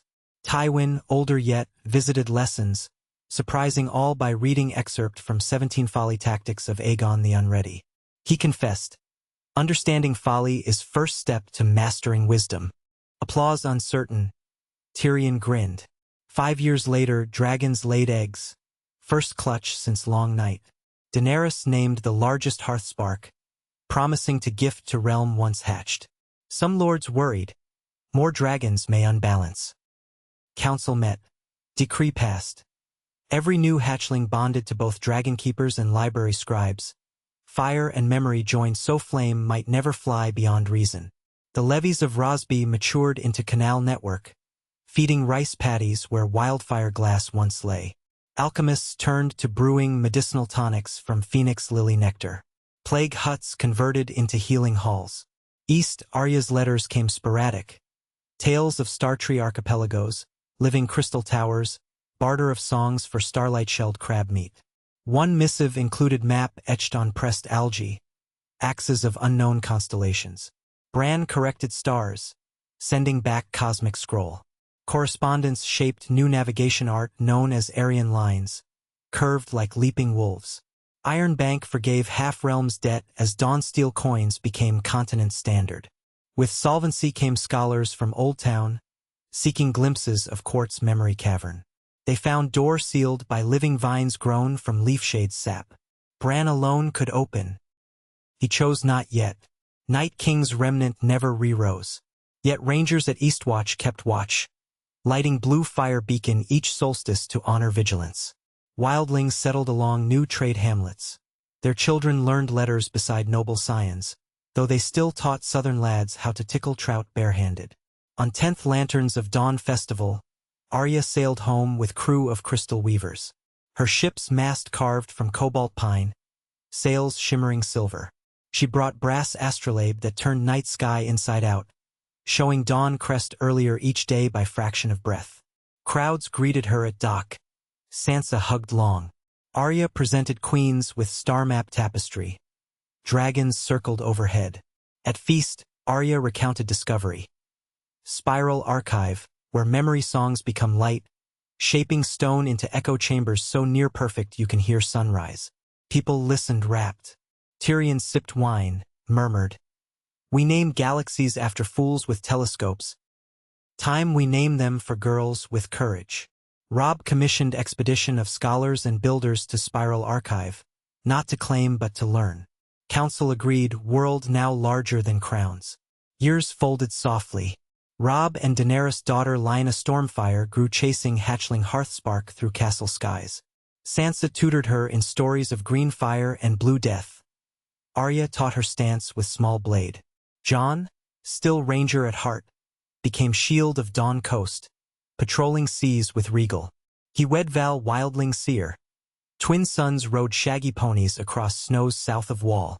Tyrion's lectures shifted from war chronicle to laughter, the art that heals memory. One spring day he collapsed mid-class. Age and wine debts came calling. He asked Sansa to bring him to Bastion Parapet overlooking Phoenix Field. Bells rang midi. He squeezed Sansa's hand, whispered, "Remember to salt your jokes," and drifted into bright sleep, snowflakes melting on brow. Dragons swooped low, singing deep-throated dirge. They laid him beneath Slag Garden, grave marked by bronze bell clapper forged into small chair. Inscription: he sat, he saw, he jested. The world rose laughing. On festival nights students leave joke scrolls. Wind rustles them like chimes. Time, inevitable dragon, flew. Peace persisted not in absence of conflict, but in presence of one lesson etched across realm's heart. Memory is fire's twin. Unwatched either devours. Tended together, they warm without burning. So children of next generation studied both sword forms and quill strokes. They learned to count in Dawnsteel crowns and crystal runes. They celebrated 2 equinoxes. Spring lantern for new light, winter lantern for old shadow. And far west on a shore beyond horizon, crystal weavers built star-listening tower. When sun set, tower lit pale blue like glacier heart, silent oath that dawn not fade. Back east, at plaza where wildfire once raged, phoenix lilies bloomed each summer. Petals shifted crimson to gold as day lengthened, then back to crimson as nights cool. Bulbs fed on soil fused by heat and sorrow. They could not live anywhere else. Travelers bent knee, not from worship, but gratitude to those who kept watch. On final page of revised chronicle when ice courted fire, Sansa wrote, "We are apprentices to dawn. It arrives each time we tell the story anew, brighter than before." She sealed text with drop of crystal ink. When it dried, it shimmered faintly, like frost under sunrise. No bells tolled in warning after that. Only invitation, summoning each voice to join chorus shaping tomorrow's light.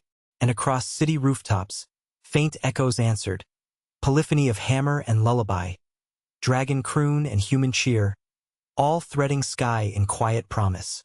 Daybreak is a covenant, kept so long as we remember how dark felt, and decide to kindle flame gently, again and again, for those yet to wake.